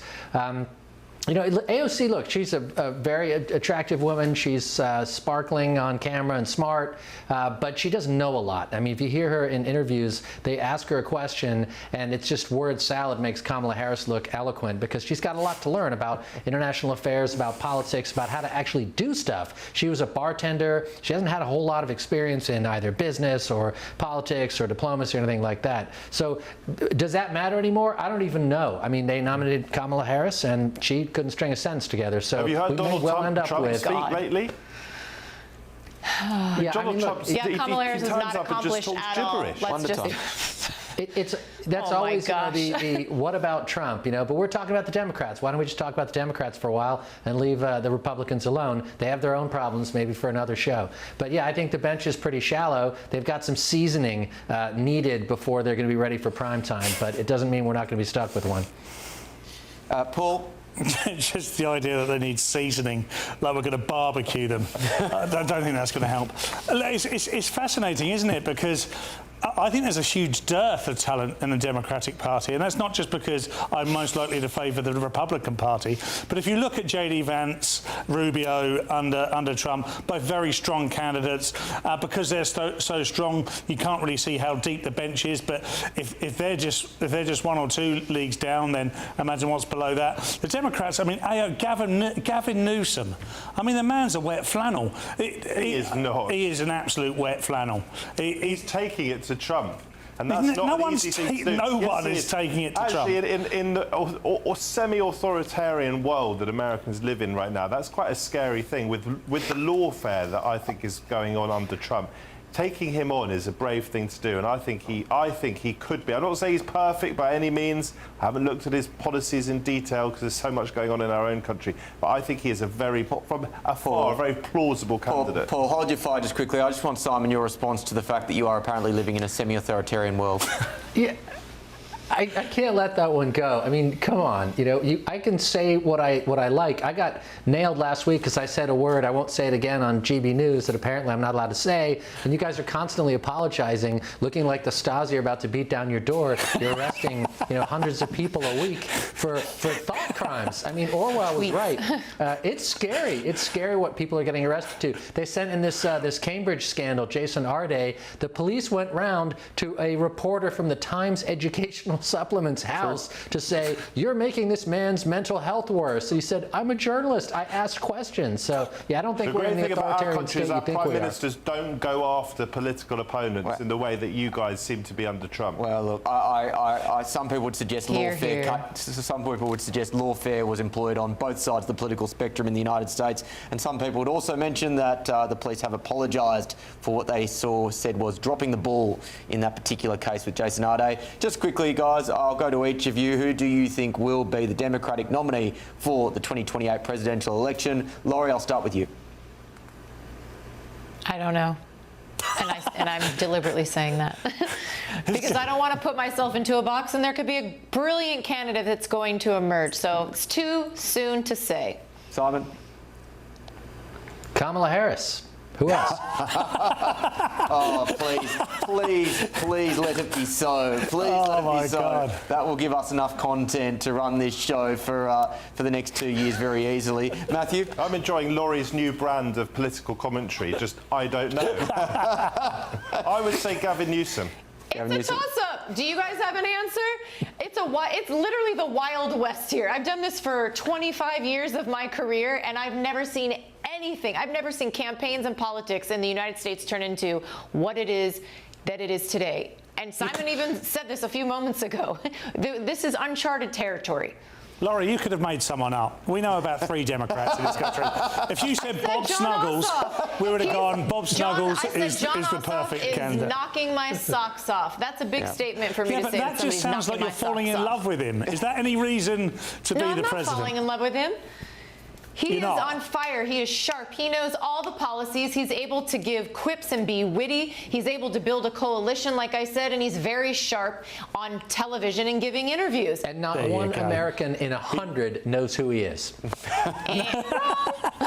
In fairness, not many people knew of Obama before he shot to fame in a very short period of time.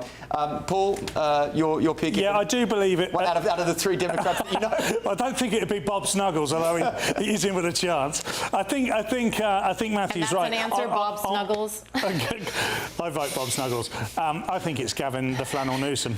Yeah, at the moment, but that's a long way. Yeah. Look, again, I think he's the bookies' favourite at the moment, I imagine, and if you had to put your life on it, you're probably going there. He's the favourite of the moment. I don't think he'll be the nominee, Gavin Newsom. Do you think he'd be good, he's from the state of California. Do you think he'd be a good candidate? Follow the electoral map. We'll see. To Matthew's question, I think he'd be terrible. Well, Simon, thank you. So I'm not exactly surprised with that answer, but I appreciate your clarification. Laurie, do you think that Newsom would be a good president?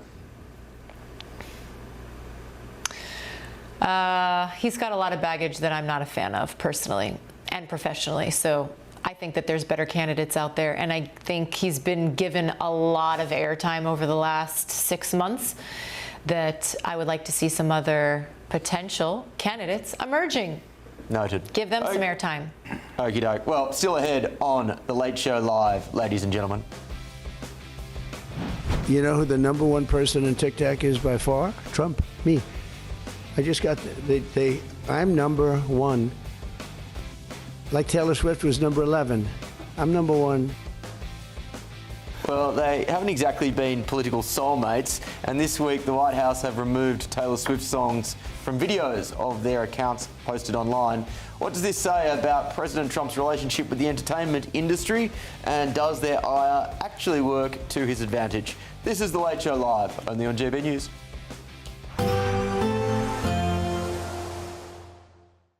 Expect warm spells with the odd rude interruption. Box Boiler sponsors the weather on GB News. Good morning, and this is your latest GB News forecast from the Met Office. So Monday promises to be a slightly cooler day than Sunday. Dry for most, but plenty of sunshine.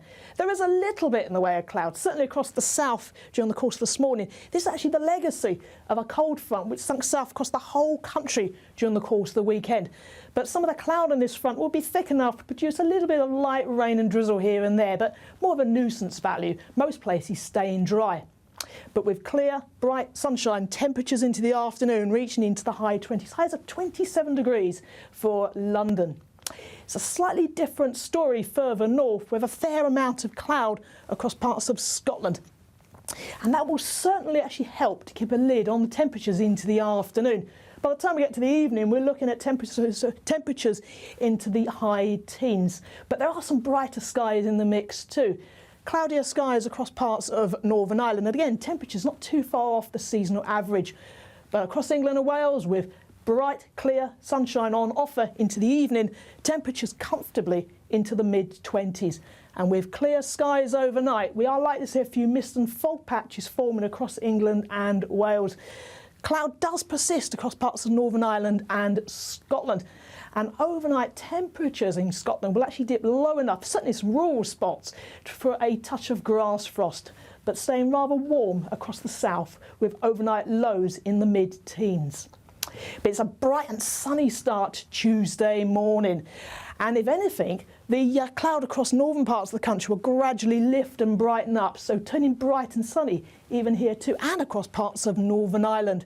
But it's a warm day, another warm day, especially across England and Wales, with highs of 27 or 28 degrees across parts of the south. And these higher temperatures will actually push further north through the day. That's your forecast. Expect warm spells with the odd rude interruption. Box Boiler sponsors the weather on GB News. From the school run to the home run, watch a new show for all of Britain. He can say whatever he wants. A straight talking show where all voices are heard. And, you know, when are we going to stop talking about smashing the gangs and actually do it? With the stories that matter from every part of our country. There's a bit of a crash landing there for your Chancellor. Bold, fearless and standing up for you. That's me, Martin Daubney, 3 p.m. till 6 p.m. weekdays here only on GB News. The People's Channel, Britain's news channel.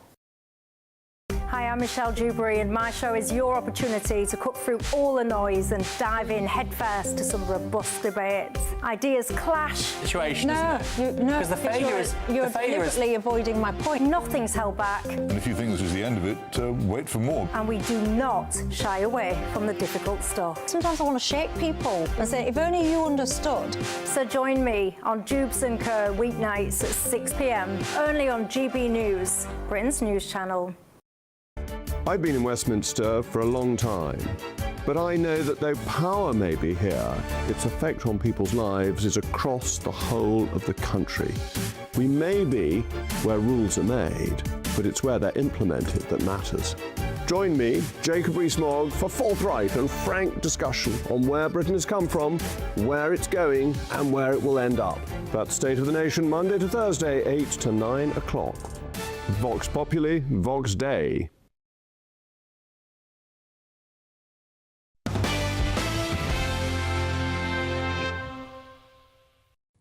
Welcome back to The Late Show Live. President Trump's campaign and the White House have removed Taylor Swift songs from videos on their online accounts. In just the past week, the Trump campaign used 2 of Swift's songs on its TikTok page, while other tracks have featured in posts as recently as June, April and November. It makes Swift the latest major artist to push back against the US president using their music, with Sabrina Carpenter and Ariana Grande and Olivia Rodrigo among those who have also objected. So, is this episode indicative of the unwelcome reception President Trump has often had in entertainment circles, and what does that actually mean for his political fortunes? With me now is journalist Amira Aratesh. Amira, great to see you. I'm a bit surprised by this because I thought that Trump had a bit of a long-running tiff with Taylor Swift, but they've still been using her music. Why? I mean, I think whatever you think about her, she has enormous influence. So I'm actually not surprised that this has kind of made its way to like a political affair. Yeah, I think there's a great deal of hypocrisy about like wanting to use that influence politically. But that's separate as to whether there's legal rights to using her music. It is. At the same time, is there a risk from Taylor Swift doing this that really it just fuels that sort of that fire that Donald Trump feeds off of, annoying liberal progressives and annoying Hollywood and annoying the, in inverted commas, elites? Is this really what he's after? I mean, Taylor's never been a stranger to sort of taking back control of her music. She's done that by re-releasing her albums on Spotify. So again, not surprised she's doing this. As you say, they've not exactly been friends. So I don't suppose she's really thinking about adding fuel to fire here. How much influence does she really have? Obviously, she is the biggest star in the world. She did back Kamala Harris at the previous election. How much influence do you think she has from a political perspective? I mean, she's got an enormously loyal and very protective fan base. It's actually, non-Swifties often criticize her for not speaking out politically and enough. And actually her fans are right there to defend her. So whether it is influence in the political sphere or not, she does have that influence. And I think we have to acknowledge that. I also think celebrity influence is real as well. I mean, you've got to distinguish between persuasion and, how active that can be. There's a big difference between, I think she's got a lot of influence in the sense that she can make people, young people in particular, pay attention, register, vote, and actually care about the political situation. Can she actually sort of turn a committed voter either way? I'm not sure, but I do think she has that influence, and I think it's probably more active than maybe a lot of people realize. The old line from Michael Jordan comes to mind when he was asked why he wasn't more politically active, and it was, well, Republicans buy Nikes as well. Do you think that these sorts of figures like Taylor Swift should take a more active role in politics? I personally think anyone who has influence should use their platform. And, we have seen that from the likes of Sabrina Carpenter, Olivia Rodrigo, who have also had, also made the same statements as Taylor in terms of their music being used. I think, as I said, there is this hypocrisy because, of course, Taylor is entitled to endorse Harris. She's entitled to criticize Trump. But I think you go into a difficult territory when you're pretending to be completely separate to politics, and then you sort of dip in when you want. At the same time, a lot of these people barely finished high school. None of them are going to split the atom anytime soon. They're not rocket scientists. I think a lot of people are pretty sick of Hollywood celebrities telling them how to think and what to do. Of course, but a lot of these people do still look up to these celebrities. So, of course, they shouldn't necessarily be... People shouldn't listen to them just without forming their own opinion, but... Sure. That doesn't take away the influence they have. That doesn't take away that they could post something on socials and actually it could have a great deal of effect. Yeah, fair enough. Amira, great to have you on the show. Thanks for your time. You're welcome. Paul, I want to go to that broader question around political or celebrity influence in politics, because it feels like over the last 3 or 4 election campaigns, the Democrats have made the same strategic or tactical blunder of just finding every Hollywood superstar they can, putting them on the stage and then assuming that will somehow translate into votes. And I think it's had the opposite effect, where Trump's been able to say, you know what, you're the party of the elites. We're sick and tired of having, famous people tell us how to think. And yet still, particularly on the progressive left, there is still this desire to be associated with that glitter of Hollywood. Yeah, look, they made the mistake to the extent that Trump has had 8 years of power. Yep. It's perfectly arguable that without their influence, that might not have been the case. I think the average American, who goodness only knows what that looks like, maybe it looks like Bob Snuggles, I don't know. But I would say that they probably are put off by that. They don't like to be told what to do. But at the same time, it's also true to say that it doesn't make any difference to Taylor Swift's popularity, but if she denounces Donald Trump, the Venn diagram doesn't overlap at all. I'd be very surprised. Well, there must be loads of young Americans, lots of American children who are Swifties. But aren't Trumpies. Well, no, but who are in Trump households. I think that the Venn diagram may very well overlap. You don't choose your music according to which president you like or not. Well, my question would be, let's look at let's assume that Taylor Swift may be able to pull out a few young, impressionable, progressively minded people out to vote for the Democrats who wouldn't have otherwise voted. At the same time, I think it also annoys a lot of conservative people who feel like they're being lectured to. On balance, do you think that her intervention, on balance, do you think it would be a net positive or a net negative? I don't know, because I'm not sure there's been polling on this, but I suspect it doesn't shift the dial massively, does it? I mean, my children, my 1-year-old, I'm not a fan of Taylor Swift's music. I don't think the tunes are there, but my 1-year-old and 3-year-old definitely do. They dance around the kitchen, and so they'd probably self-describe as Swifties if they were able to, and they certainly wouldn't be voting for Trump. Let's go to the US. Oh, you never know, Matthew. That'd be great. Let's go to the US. Laurie, I'll ask you the same question. On balance, do you think the intervention of celebrities like Taylor Swift is a net vote winner or a net vote loser? It depends. In this case, I think Taylor Swift is absolutely going to win. Her fan base, there's more people that support her than I think support the president. And I'm just did some research on this. And there's an interesting fact that I don't hear discussed here. It's that she objected to these songs being used in his social media and White House posts and videos on TikTok. So they removed it.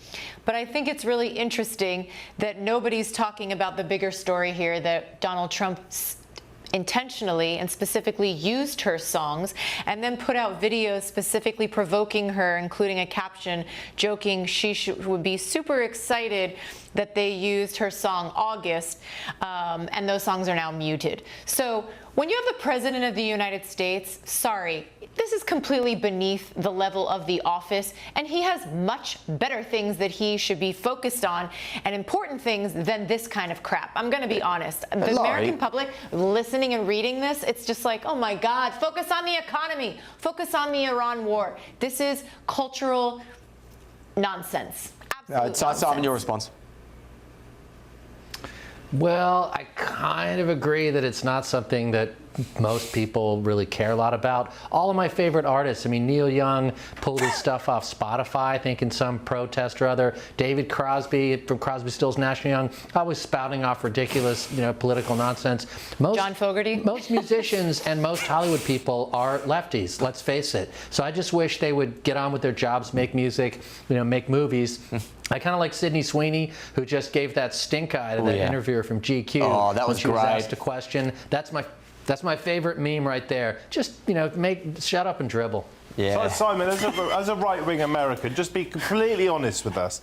You have a president who acts like a man-child a lot of the time. Do you feel embarrassed as a right-wing American when you hear your president, your figurehead, standing there on national television saying that he's #1 on TikTok like he's 7 years old? Well, you just told me your 1- and 3-year-old would not vote for Trump, which seems to be incredibly prescient. You never know. Children love to disappoint their parents. And I'll tell you what, what's your answer to my question? Does it embarrass you? I just want to hear a right-wing American say to us, that having a president who's boasting about the fact he's number one on TikTok, come on, admit it's just excruciating. I will simply say that throughout my life, I've been disappointed by politicians. Anyone who's not disappointed by politicians from time to time, even the ones they voted for, is probably not paying attention. I don't pay any attention to the noise. I try to focus on the big issues. He won't do it. All right, there's a story that I really want to get to, and we don't have much time. The Telegraph is reporting that Margaret Thatcher planned to drop thousands of moths into Peru to destroy cocaine fields run by drug cartels, according to new documents. The former Prime Minister's government spent £100,000 drawing up the top-secret scheme, which aimed to stem the flow of the Class A drug reaching Britain. Newly released papers from the National Archives in Kew revealed military scientists at Porton Down, the government's chemical defence base, were planning to breed and weaponise thousands of insects. The moths would then be flown to South America and airdropped by helicopter over fields to ravage plantations controlled by drug kingpins. The proposals set out in written exchanges in 1989 centred on Eloria noisi, a moth that feeds exclusively on the leaves of the coca plant from which cocaine is derived. Paul Cox, Margaret Thatcher unleashing a plague upon Peru. Jeez, this is great fodder at 2:50 a.m. It's just saying Niall Gardner, isn't it? Yeah. Niall Gardner's two favourite things, Margaret Thatcher and moths. Yeah, your response to this story? My response to this story... Niles, isn't he called Niles? No, it's just Niall. Oh, your response? Yeah, thank you, man. Well, it's a wonderful story. I have no idea whether it's true or not. That would have been... Let's say it is. Let's say it is. OK, yeah, absolutely. So, yeah, why not? What a brilliant way to absolutely scupper them. Is it that easy? Are we giving people the opportunity now to do that? Because you can still do that, couldn't you? Yeah. There's nothing stopping you do that. I want to know what Andy Burnham thinks. Maybe something called international law, Paul. Well, I thought we were it doesn't apply to moths, does it? Yeah, that's a very interesting question. If there are any international law experts out there at this time of night, please do let us know whether or not moths actually are applicable or fall under international law. Would you have supported this measure if you were aware of it at the time, Matthew? Not if it broke international law, because I wouldn't want to go to prison. Oh, you big goody two-shoes. Well, I say what I always say. Especially not if I'm going to go to one of those El Salvador jails. So, Simon, I know that America is highly active in trying to combat the international drug trade. Do you think the moths should be used as part of their arsenal? I'm going to commit. I'm 100% supportive of using cocaine moths. And also, what a bargain, 100,000 pounds. I mean, that wouldn't buy you a car these days. Yeah. What was that movie in the US that came out not so far? Was it Cocaine Bear? I think there was a movie... Cocaine Bear, yeah, thank you to Henry in the back in the team there. Basically, it was a bear that had just found a Colombian drug cartel supply of cocaine in the woods, and then basically went around rampaging when it was high on cocaine. And so, cocaine moths, cocaine bears. I'm supportive of the use of drug-addled animals if it means that we are going to get the drug problem under control in this country. Laurie, what do you make of it?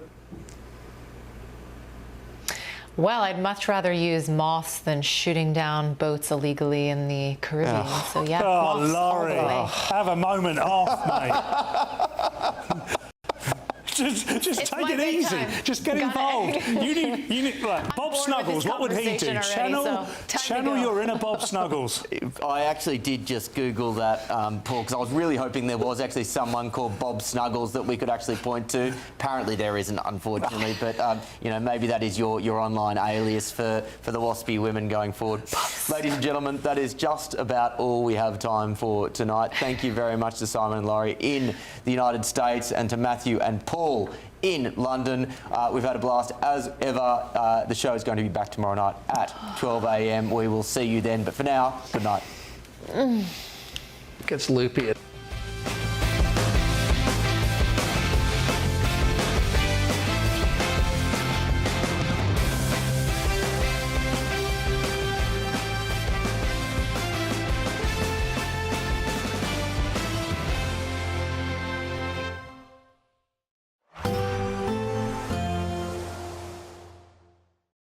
Today, clouds overhead, total zen within.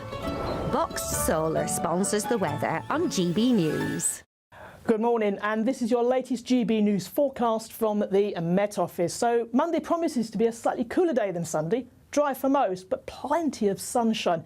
There is a little bit in the way of clouds, certainly across the south during the course of this morning. This is actually the legacy of a cold front which sunk south across the whole country during the course of the weekend. But some of the cloud on this front will be thick enough to produce a little bit of light rain and drizzle here and there.